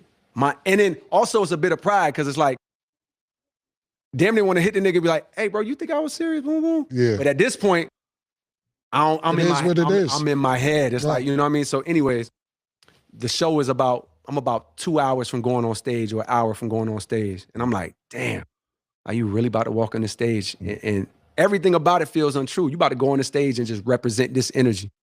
And a thought comes to me. And I really feel like this was God, because I could tell because of how it like lifted me and how it took like the weight off me. It was like, oh, yo, you misrepresented yourself on a big stage, right? On a big platform, on an album, you know what I mean? And played into it. And you said something that you didn't really believe in, you know what I mean? About somebody else, boom, boom, boom. You got the opportunity to go tell how you actually feel and speak the truth on a big stage, maybe a bigger stage at that point, because niggas just tuned in around the world, you know what I mean? It's a live stream. So I'm like, and that's when the apology came in my mind an hour before. Right. I told my wife, she the only one I told. I ain't tell my homeboys, thank God, because they probably would have, you know what I mean? They would have been upset. Wilding. Yeah. Told my wife, she started crying. You know what I mean? Like, cause she seen one, how it was affecting me. And two, she just, I don't know, it was like a pride that she had. And she know how I feel about him. Right. You know what I mean? Like she talked to his wife. They got a little relationship. You know what I mean? So it's like, she don't even know the rap world. She know the real version of me. Right. She started crying. I'm like, all right, cool. Like I'm excited to do this now. Right. I'm going out there with a different energy. Right. I'm going out there. I can't wait to get to that moment. Right. Because it's really me. Right. And I really get to represent myself. So I do what I do, right? Absolutely. As soon as I do what I do, me personally, the weight is off me because I know I've made a wrong right. Right. I did wrong. Whether you feel it's wrong or not, it's wrong to me. Right. See, so I've made a. That's what I'm saying, bro. That's what I'm saying. Like everybody that has an opinion about that shit, regardless of how you feel about that shit, that's how he felt. He was going through that shit. Y'all keep saying, "Oh, if it was me, if it was, it wasn't." That's him and his, you know what I'm saying, life and his thoughts that he got to live with and all that shit.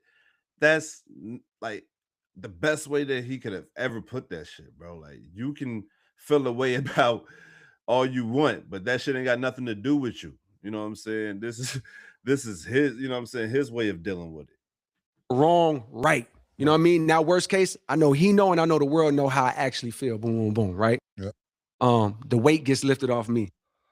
Simultaneously, the world like, nah, nigga. Yeah. No, sir. Nobody. It's fact. It's not gonna happen like that. You know what I mean? Yep. And the world is fucking me up or fucking my name up. You know what I mean? Gotcha. Or whatever. That's you know one what of the questions. Stay here for a minute because I want you to finish the story. Okay. How did you feel right then and there when niggas was like, yo, this nigga backing out the battle?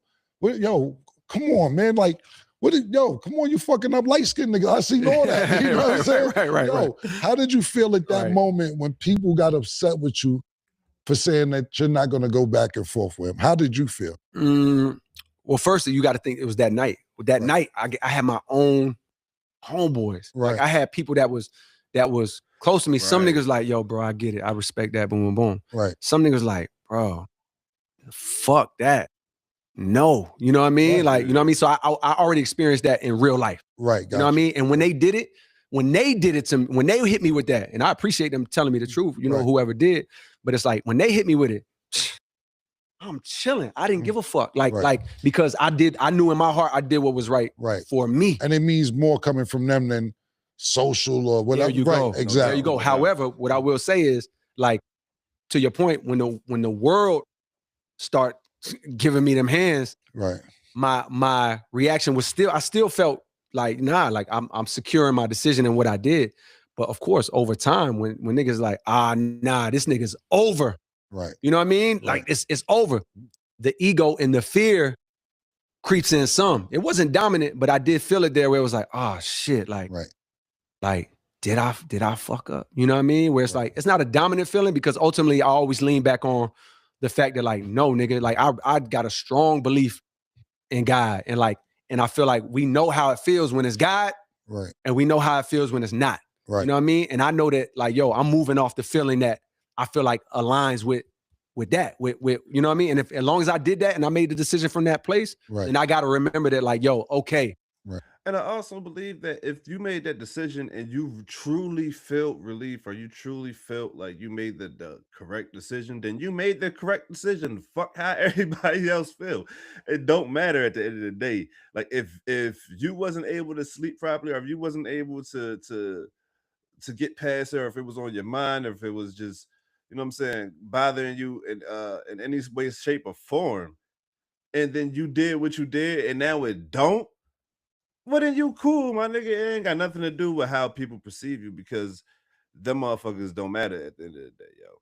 I love the fact that he can sit here and even talk about this shit the way that he's talking about it in depth and take accountability for being, you know what I'm saying, wrong in any aspects of whatever he has done. Like that's the dope shit about it and shit. Or even just being as transparent as he is and shit. Like just coming out here being as honest as he possibly can be. Because even if you don't believe what he's saying, he does, motherfucker. So that's all that matters at the end of the day.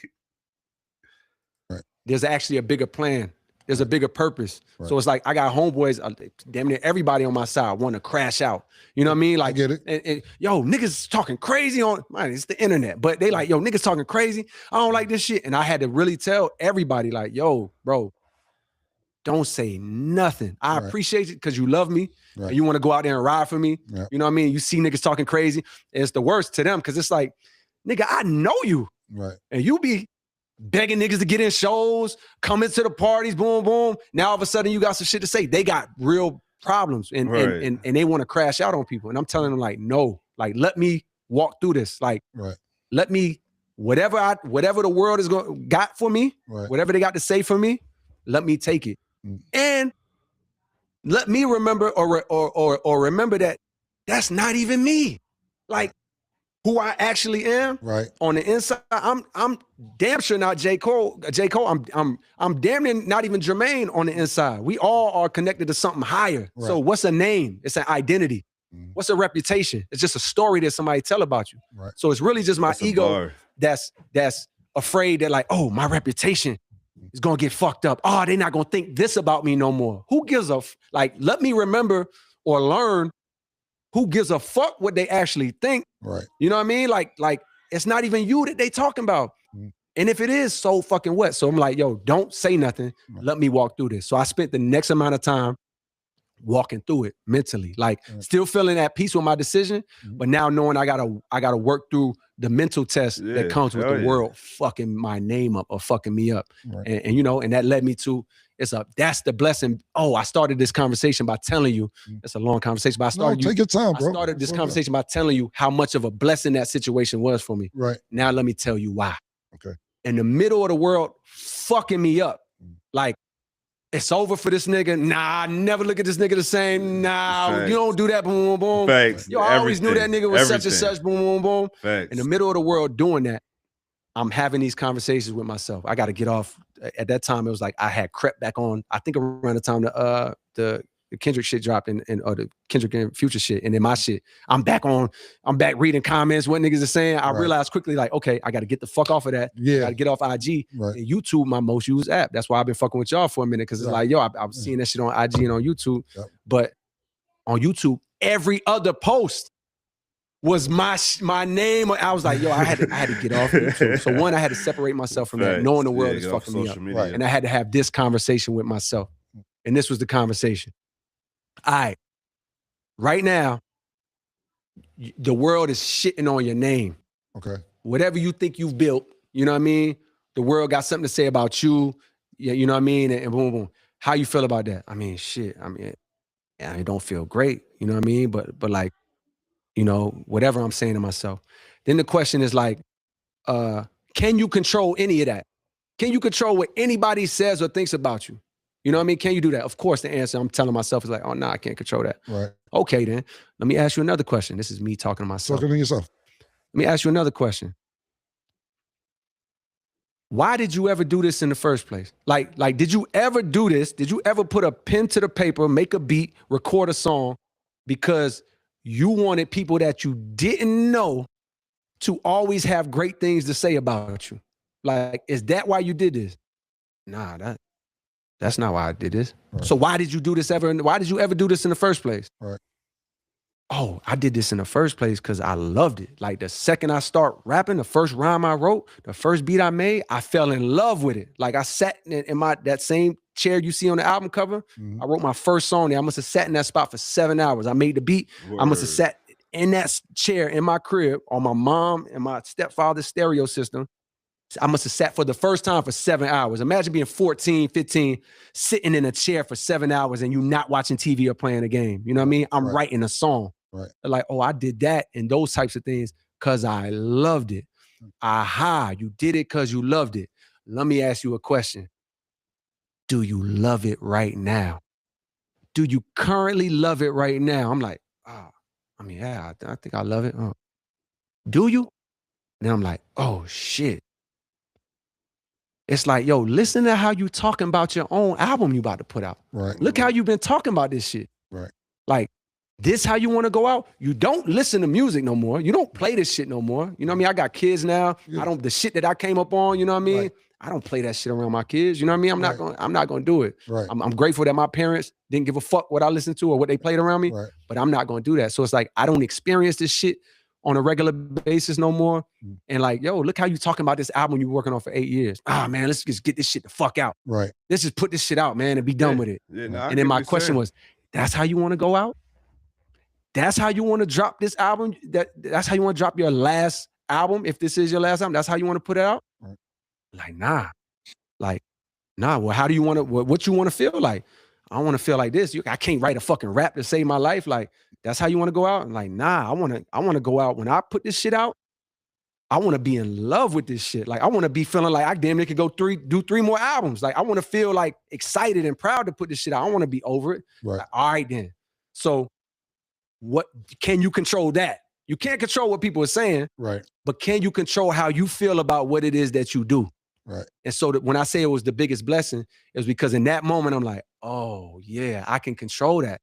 I can control, it's like a relationship. Like when you're in a relationship, it's like, if I'm in a relationship with a woman and it's like, I can pretend like, man, we just grew apart. This shit ain't there no more. Really, you stop doing the things that breed love with this woman. You know what I mean? And y'all stop doing the things that breed love with each other. And you just say you fell out of love. Well, really, you stop doing love. Like love is like out of like spending time, listening to somebody. You know what I mean? Like it's an active thing. So from that day forward, when I had that conversation with myself, I'm like, oh, I get it.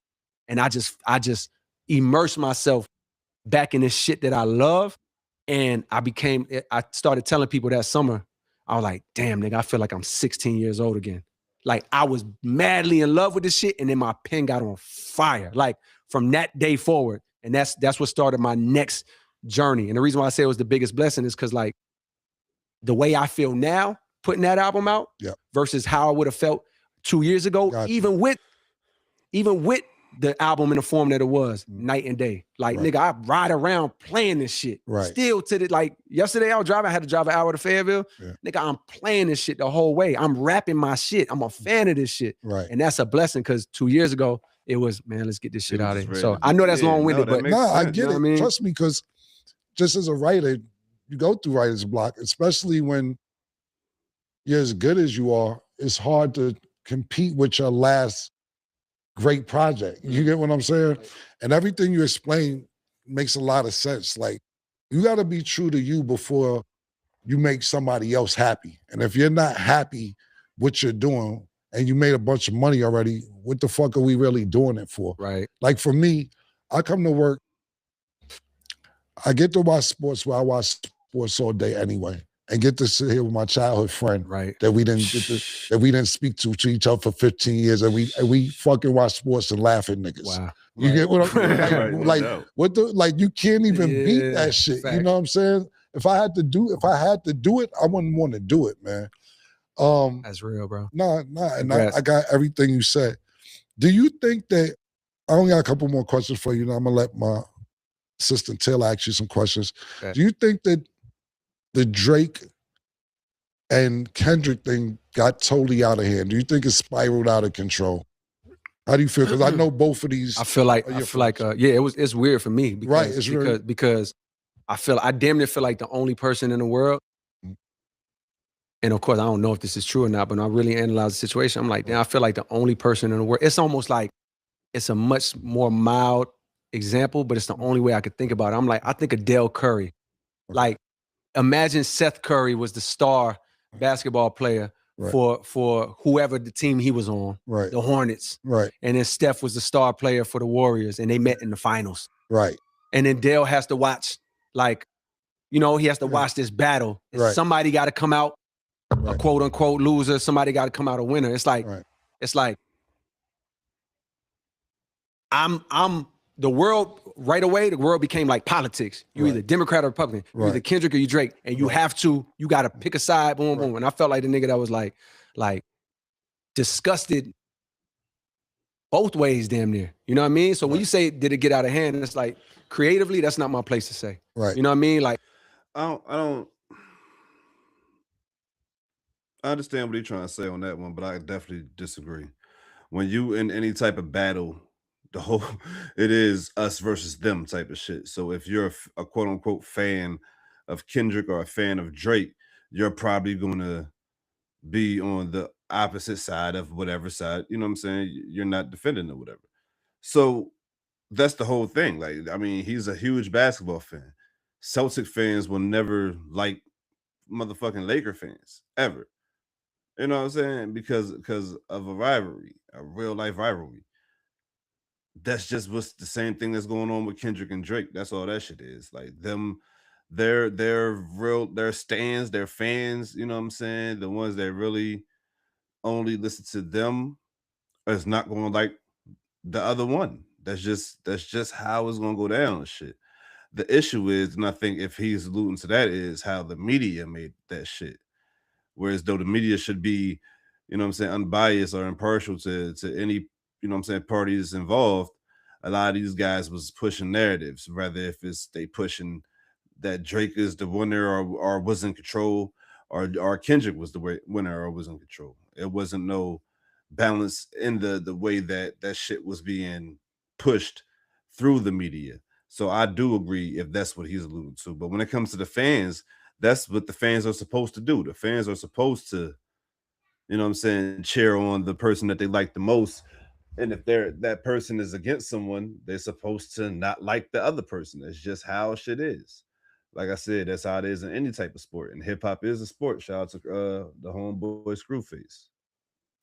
Like that's definitely not my place to say. I'm a nigga that apologize. So it's not my place to come in and say like, oh, such and such shouldn't have said boom, boom, boom. Like, that's not my place.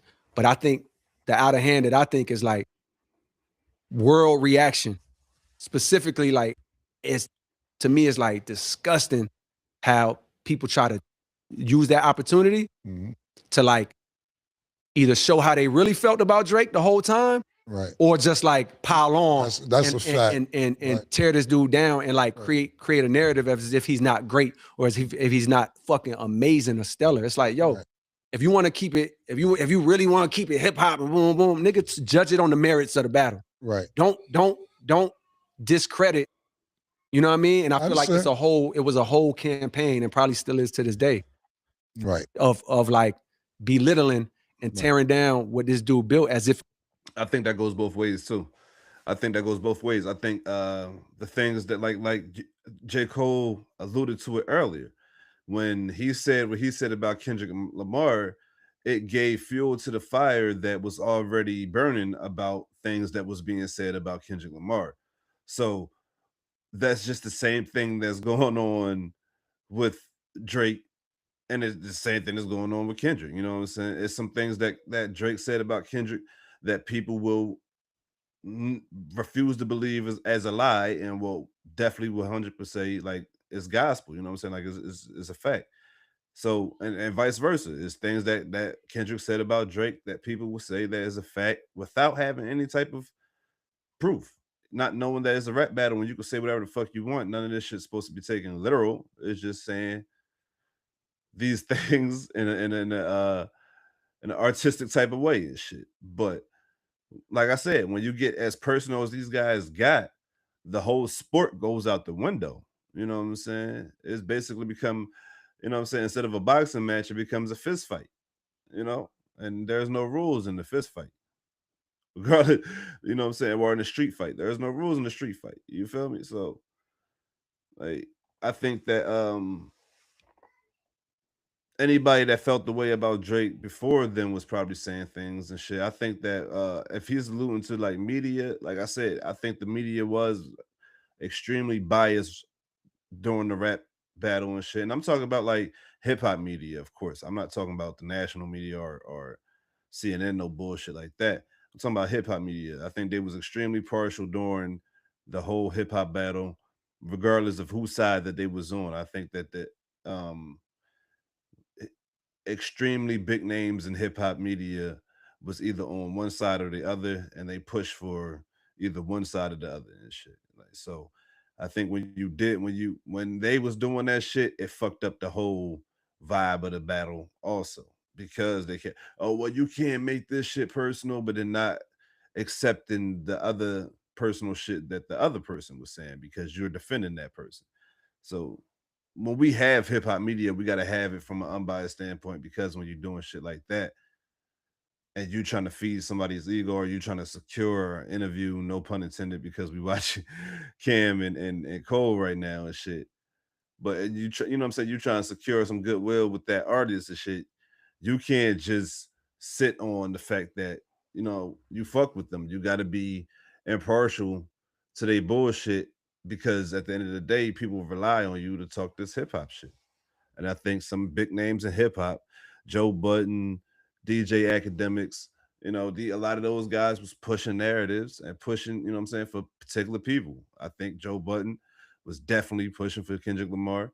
And without a doubt, DJ Academics was pushing for Drake and shit. So when you have those type of just big platforms and shit going back and forth and shit with how they feel about the particular people that they're backing, of course their fan base is going to do a lot of the same and shit. And not to mention the actual rappers participating in the shit, their fan bases and what they decide to do. If it was some shit we have never seen. That's you know what I mean? So on one hand, it's like, yo, I feel weird and they're gonna make headlines out of this, you know what I mean? And like and you know, and then the internet and the people that feed into the fucking algorithms and get money off of clicks or just like pray to get attention off shit they say, they're gonna take this and run with it. But it's really the truth. It's like I root for both of these niggas. Right. You know what I mean? It's like it's weird because to see a moment that Kendrick had, it's like, I'm like, oh my God, quietly, I'm like, it's weird to say. Cause if I'm Drake and I hear this, I'm gonna feel away, but I'm gonna come back and tell the other truth later, which is like when I see Kendrick get the moment he had, the pop out, the stadium, the Super Bowl, the Grammys, I'm like, I'm just as proud of this nigga as I was when I knew him back then. You know what I mean? Of like, oh nigga, like, wow. Right. Like, and I know it's deserved and he handles it so well. You know what I mean? But then at the same time, when I say that, I'm like, but I also hate that for Drake. Right. Because the word, like you see the shit with the at the Grammys when the dude hosted, had some shit to say to Kendrick about the light. Oh yeah, the last time you did something to a light skin. I hate that. I'm like, bro, I hate that for him. And I hate how the world turns on him. And simultaneously, I'm over here like, man, I hope Iceman go crazy. Right. Like, I hope this nigga's in his bag, and I hope he. All right. So at the same time, because I guess he's saying because he's a friend of Drake and a fan of Drake that he's hating that. But you got to understand, as a fan of hip hop, nigga, to the victor go to spoils, and until you make good enough music for you not to be the butt of people's jokes, you will be that such thing. Period. Ask Ja Rule. Ask anybody that lost a rap battle. I know a lot of people like, oh, well, Drake lost to Pusha T, and he was joked. He was a butt of people jokes then. And then he made good music, and people forgot about the shit. So all he got to do is do that shit again. And that's what Cole's saying. Like, he hoping that Iceman go crazy because that's the only way that Drake can really rebound. Fuck everything else in between. Fuck the lawsuits. Fuck all the posts, fuck all the social media antics and shit like that. The only way that Drake can truly rebound, and I know people like, oh, well, what you mean by him rebounding? He's been the highest stream artist, and you know exactly what I mean. From the way that how the public is perceiving this nigga and shit. The fact that we even having this conversation right now, is the fact that Drake hasn't rebounded yet. So if and when he does rebound, the narrative will disappear about, you know what I'm saying, him being a butt of people joke and shit, because good music solve everything. The fuck y'all talking about? Boom, boom, boom, boom. Simultaneously, right. I feel that way about both niggas. So I did get conflicted at times in the battle because I'm like, but creatively, that's not my place. Right. But as a critic of like culture, which that word is fucking weird because it's like, nigga, this shit is algorithm based, nigga. This shit is paid campaigns on niggas, right. Positive or negative. That's a fact. But my criticism on the culture is like, ew. Like, I hate what y'all try to do to this man. Right. Like, you know what I mean? And I hope y'all fail. You know what I mean? And I'm glad to see y'all fail. So it's like, I hate to speak on it because it's like, I know they're gonna take it a certain way, but that's genuinely my truth. You know what I mean? Like, that's genuinely my truth. Right. You just told us how you feel about them being artists. And I don't know Kendrick, a big fan of his music, but Drake's my man. So I totally feel exactly how you feel, what you just said. And it was a good moment for Kendrick, like you said. And I like his music too, I'm a fan, but as Drake being my friend, it was fucked up. There you go. You know what I'm saying? I agree with that. So, and so if I put myself in Drake's shoes, even to hear me say, like, I'm happy for Kendrick in a sense. Right. I would, if I'm him, I'm gonna feel like, damn, nigga. Right. But I love this nigga too. Right. You know what I mean? And I don't like that he's doing it with a whole crowd like shitting on you. I don't like that. You know what I mean?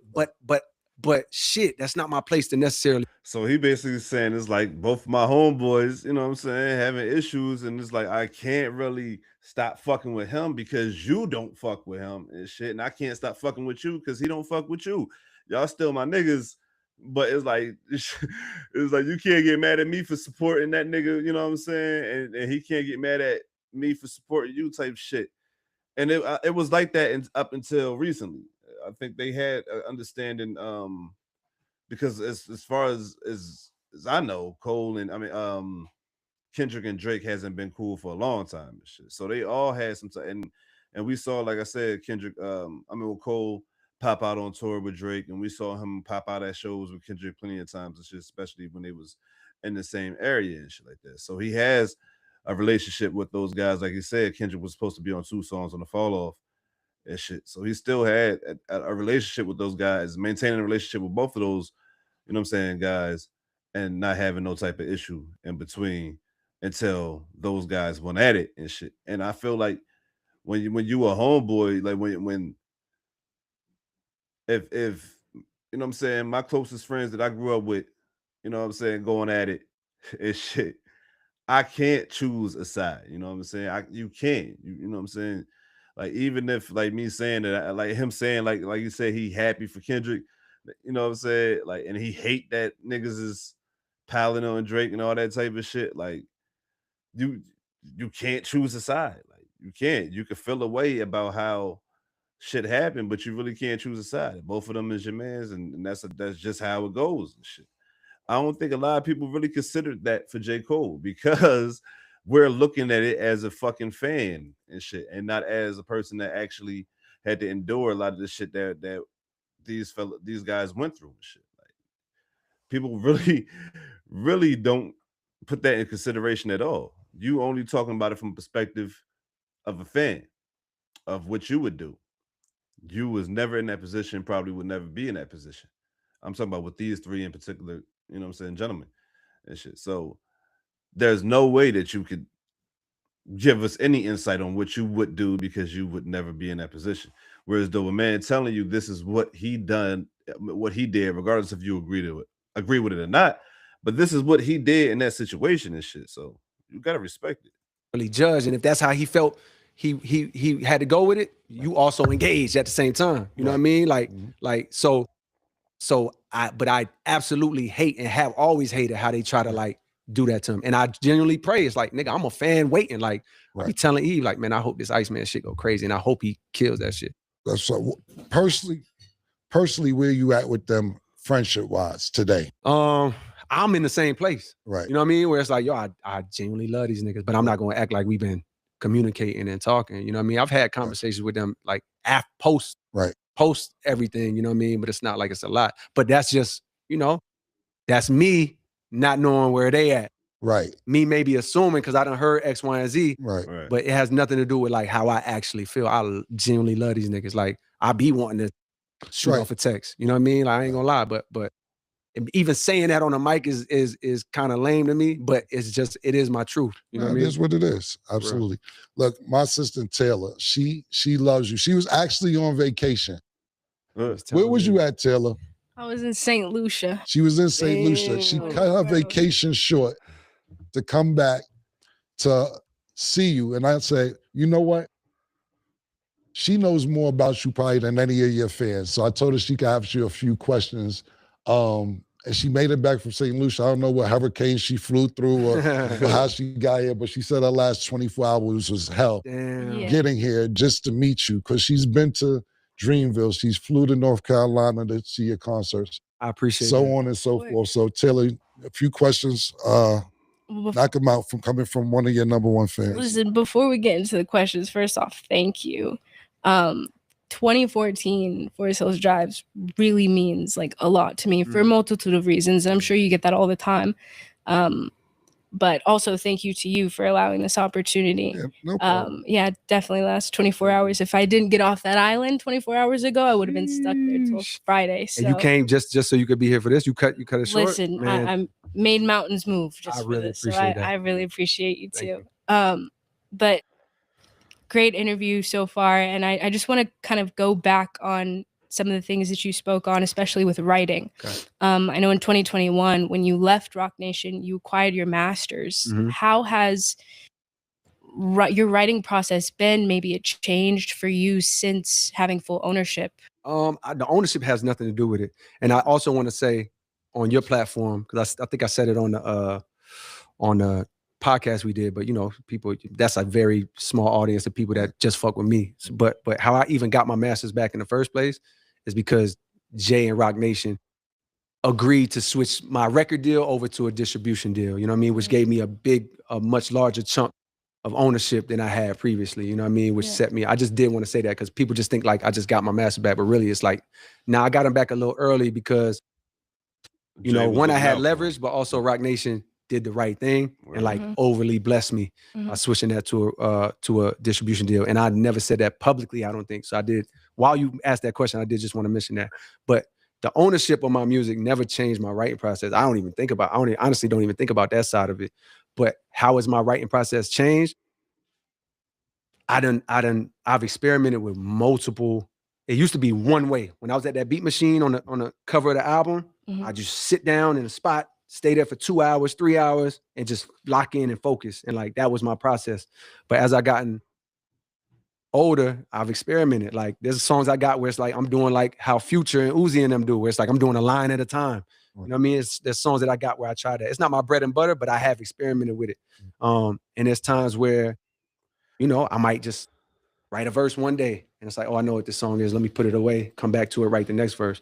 But the thing that I learned after I said I fell back in love with this shit and that's what got me to the finish line on the album. The thing that I relearned about myself is like, oh, wait, I'm a solitude nigga. I write my best in solitude. Yeah. Like, not just like, oh, I'm in a room by myself. Like, no, like I would start flying up. You know, I'm a full-time dad, really. Like my studio's in the crib, my gym is in the crib. So it's like, I'm always around my kids, even when they're at school, they homeschool. So it's like, I'm always around the kids. But what I learned is if I go to a hotel room where I could just be in a hotel room all day, write all day, listen to music all day, make a beat all day, fall asleep while working on the beat, wake up, open the laptop and press play on the beat again. If I get 2-3 days of solitude, let alone if I get 5, that's when I'm like super tapped in. And it's like, when I could just, because, and I thought about it, I'm like, oh yeah, because really nigga, you can hear his passion for music still. You can hear his love for music still. You can hear how he enjoys the process now. Like he talked about it a lot earlier in the conversations about how he just had to fall basically back in love with music again. And you could just hear the passion in his voice and when he speak on it and shit, the processes.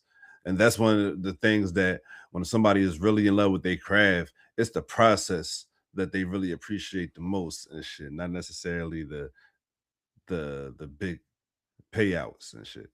Which you was used to. I'm in the college in my apartment, just in my room, dolo, like writing. But now with kids, I had to remind myself, like, oh wait, I write good at the house. I don't write some crazy shit at the house while they write upstairs or whatever. Sometimes I don't wrote some fire shit while they write in the living room and they write in the kitchen, I'm in the living room. But my best, where if I know I need to knock some shit out and I go get 2 days alone, 3 days alone, where I could just damn near feel like a teenager again or a 20-year-old again, I get so productive. And that's when my pen can really like light on fire. So I don't know if that's a change, but I just rediscovered how important that is for me if I really want to like lock in. It's Aquarius shit right there. You gotta be dolo sometime, man. Word up. When your birthday? February 4th, man. Yes, I'm the same way. Like I be out here a lot by myself because I think better by myself. That's just me too. I didn't mean to interrupt, but I'm chiming in on the same shit. I gotta be by myself to be creative a lot of times. Facts. Yeah, that kind of falls into my next question because I know you did a 7-part series for the release of your new album where you went to different cities in North Carolina and New York, as far as Arizona in the Honda Civic. Mm-hmm. Being that you are considered the big 3, what keeps you hungry? Is there something specific to keep that same hunger that you had when you were originally going to college campuses and selling, you know, your CDs? That's a great question too. What kept me hungry to get to this finish line was the whole concept of the Fall Off was born after Forest Hills Drive, the album you was talking about. Mm-hmm. When I got off that tour for the first time, like, you know, I was chasing the shit. I told you, I'm waiting outside for Jay-Z. Like my whole life was about getting to where I wanted to be and some occasional partying, you know what I mean? But like my whole life was getting to where I wanted to be. And so after that album, that tour was the biggest thing I had ever done. The album was the biggest thing I ever done. The singles was going crazy. And I didn't even make it to have singles, but the songs was going crazy. And so after that tour, I, for the first time, was like, I sat on the couch, me and my wife, I had just got married. We watched television for the first time. And I hadn't watched TV 10 years maybe, because I was just trying to get it. I sat down, I watched Power. I watched fucking How to Get Away with Murder. I watched Narcos at the time. It was a show called All Mom Out, Caribbean Life. I sat on the couch every day, made beats and watched TV. And I felt, for the first time in a long time, I felt comfort. I had not felt comfort in a minute. And with that comfort, that shit made me start like self-reflecting. Mind you, I was meditating every day back then. So when you meditate consistently, you very in tune with your emotions and your thoughts. So this comfort was making me think to myself like, yo, you kind of comfortable. And I had already been thinking about retiring for some reason. At like after Born Sinner, I was like, I'll do one more album and then maybe retire. So I was like, yo, you did what you, after Forest Hills Drive, after that tour, I'm like, yo, you kind of did what you said out to do. This nigga was talking about retiring after his second album. My nigga, you was talking about retiring after your second album? Like, hold up, bro. Like, what type of timing was you on? Like, You thought you came, but you just said that you came in the game and you gradually got better. You wasn't nowhere near peak J. Cole, you know what I'm saying, after Born Center and shit. I mean, some people would say that you hit your peak with Forest Hill Drive and shit. I think you gradually got better even after that and shit. Cause I thought KOD, Forest Hill, I mean, For Your Eyes Only was two amazing projects and shit. Are you know you could chill, right? Like you don't gotta keep going. You could retire right now, like you were saying. Do you want to do that? And I was like, yo, that kind of sound good because I'm liking this. But I had an honest conversation with myself. And I'm like, yo, are you ready yet? And the thought was like, nah, not yet. All right, why ain't you ready yet? Because when I go out, I want to go out with every ability maxed out. I damn near look at it like 2K. You know, when you're creating a player in 2K and you got certain shit that you could put up, like speed, stamina, boom, boom. I felt like when I was younger, I had my bars and my flows and my ferociousness as a battle rapper, because that's how I came up, like a damn near like a cannabis type battle rapper. Like all my shit was maxed out. Then when I got storytelling, my storytelling got maxed out. The only thing that hadn't maxed out yet was what Forest Hill Drive has, which is like the best songwriting, hooks, bridge, storytelling, wisdom, boom, boom. Like I was tapped all the way in on that album. But a couple of my sliders on that album, I feel like went down. Like my bars, like that the Yachty joint I got, right? Like that I'm mentioning y'all on. That's the rapper that I truly am in my heart from the beginning. I couldn't have wrote that verse when I was having this conversation with myself, and I was like, yo, when I go out, I want to go out on all my abilities maxed. I want to be max storytelling, max bars, max motherfucking wisdom, max songwriting, max hooks. So the thought was, look right, at the attributes that he's. I'll do one more. There's an album. You know what I'm saying? Because he, like, as an MC, of course, you got to have bars. You got to be able to, you know what I'm saying, make good songs. So you got to have hooks. He said he also, you know what I'm saying, as a producer, so his beat making got to be good and shit. Well, maxed out and shit. Storytelling, you know what I'm saying, wisdom is when he keeps throwing in there and shit. And that's actually a dope criteria that I feel like a lot of MCs should show and shit. The Locks are really good at doing that. You know what I'm saying? Nas is really good at doing that. Jay-Z is really good at doing that. Kendrick is really good at doing that. You know what I'm saying? Not necessarily giving you wisdom, but showing their wisdom as they continue to grow through their music and shit like that. That's one of the dopest things that you can have as an attribute as an MC, in my opinion.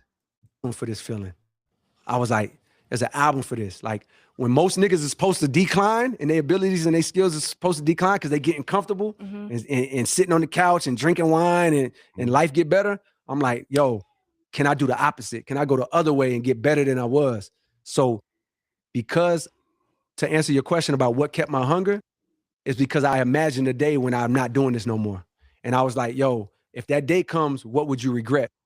And so the past 10 years has been me trying to like make sure that it ain't no regret. You know what I mean? Like make sure there's no regret that I left on the table. So that's what kept me hungry. I'm like, yo, you said this is what you want to do. I didn't know it would take 10 years. I thought that shit was going to be 3 years tops, but it took 10 years. And it's like, that kept me hungry of like, yo, don't be 50, 60 looking back like you ain't scrape it all off the table, skill-wise and ability-wise.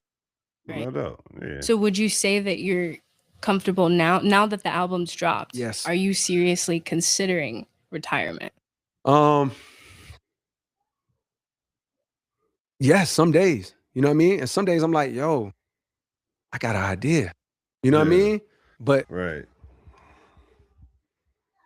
I didn't make that. I made the album so that let me clear it up too. So there's like no confusion. I made this album so that if it was my last, I'm cool. And I am. I'm cool. If that's my last album, I'm cool. You know what I mean? If I get inspired in a year, 2 years, 5 years, 10 years to do another album, I'm not going to fight. I'm not going to fight the feeling. Right. But this album is what I intended it to be, which is like, yo, I did what I said. Now, it just so happens because of what happened 2 years ago, I'm very inspired right now because I fell back in love with this shit. So I got ideas for beats, for production. I got ideas for verses, for songs. Like maybe I do a project. Maybe I don't get inspired enough to do a project. Maybe I never drop another album again. And if I don't, guess what? I don't give a fuck because I did this. Right. You know what I mean? I don't know if that clears it up, but it's like basically what she's saying is don't retire, nigga. That's what it boiled down to. Like, yo. Well, I'm just clearing it up for the fan base because it's like you've given us mixtapes, features, albums. We don't want it to end, right? And also when you dropped this and you did the 7-part series, you showed us a lot more like visuals than normal. And that got us even more excited. And I'm speaking like the whole fan base, but just from the environment, the community that I'm in, like we want to see more of you, even on the creative side of the visuals, even outside of music as well. We just don't want you to be retired, go recluse, and then we never hear about J. Cole ever again, you know? If you retire, would you still tour? Yeah, I actually do have a vision of like, if I never put another album out, I would want to tour 2 albums. Okay. Forest Hills Drive and The Fall Off. So it's like every few years, it's a artist, it's a group, Pink Floyd, a band from back in the days. And I think the dude, one of the singers, like Roger Plant or some shit, or whatever his name is, forgive me if I fucked it up, but like he was a part of Pink Floyd. But he has this album that like meant a lot to him that they did. I guess he did most of the writing, and it's called The Wall. And every 3 to 5 years, he goes out and he tours this album. I mean, he just turned 80 or some shit or something crazy. But like for the past 30 years, he's been going and touring this album. Right. And that's how I see myself. If I don't put out another album, those 2 albums mean so much to me, Forest Hill Drive and The Fall Off, that it's like I see myself going out and bare minimum performing those albums, you know what I mean? At whatever level people will have me. Like if people want to see that shit in the stadium, I'll do that. If they want to see it at a House of Blues, I'll do a House of Blues. You know what I mean? If they want to do that, see that shit in a 300-person room, I'll do that. Got you. Got one more for him? Yeah, I got one more. Yep. This one's a little off topic. I'm hoping that when he does this tour for The Fall Off, that he did what he did. What he did for 2014 Forest Hill Drive and perform the entire album. Now, he in some places he is doing 2 nights and shit. I believe Philly is one of those places, and that's the closest one I am to. So I probably try and go to both of them. I'll definitely be going to one of them, but I'm assuming if he is performing the album, he'll be doing the album split up between both nights. So first night would be Dis 29, and then the second night will be Dis 39. That's only my assumption, of course. But if he does, you know, so that should be fired. But I hope that he performs the full album like he did on the 2014 Forest Hill Drive tour, because that shit was fire. That shit was fire. Related to the other questions, but if you had to pick one Dreamville artist to be your designated driver for a night, who are you trusting the least with the keys? Who am I trusting the least with the keys? Yes. Oh, shit. The least with the keys? This is a good-ass question, but I thought she was going to ask me who would I trust the most. Meaning, like, who? This is not about, like, who be getting fucked up. This is just about, like, who can drive the best. This is just, like, all right. You just don't want to worry about anything. Olu from Earth Gang. Johnny Venus. Okay. Really? Bruh. Oh, the least. Oh, you said the least. The least. Oh, no. That he would be the most, actually, because he's motherfucking. Yeah, I was about to say. Yeah, my fault. I misunderstood the question. The least? I don't know. Honestly, it's nobody that like I wouldn't trust with the keys. You know what I mean? Yeah. I never seen Ari drive. You know what I mean? Yeah. I never seen Ari drive. We had to ask her how she drives. But I feel like I might remember from some stories from back in the day in Raleigh, but I could be wrong. I remember when she had the Kia Soul or whatever, but I don't know. That's a hard question because I would trust them. I would trust them all as long as they wasn't drinking. You know what I mean? You could drive me. Yeah, that's hell yeah.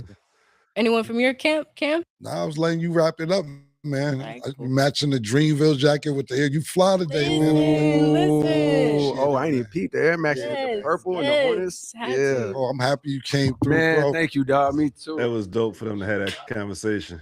Thank you, man. I appreciate it. That's another thing that we can do as black men and shit, is sit down and be civil and shit. Even if we have a disagreement or some type of issue, we should be able to have a chance to hash some things out and shit and really figure out, you know, because at the end of the day, you know what I'm saying, I'm a man, you a man, we could find some common ground.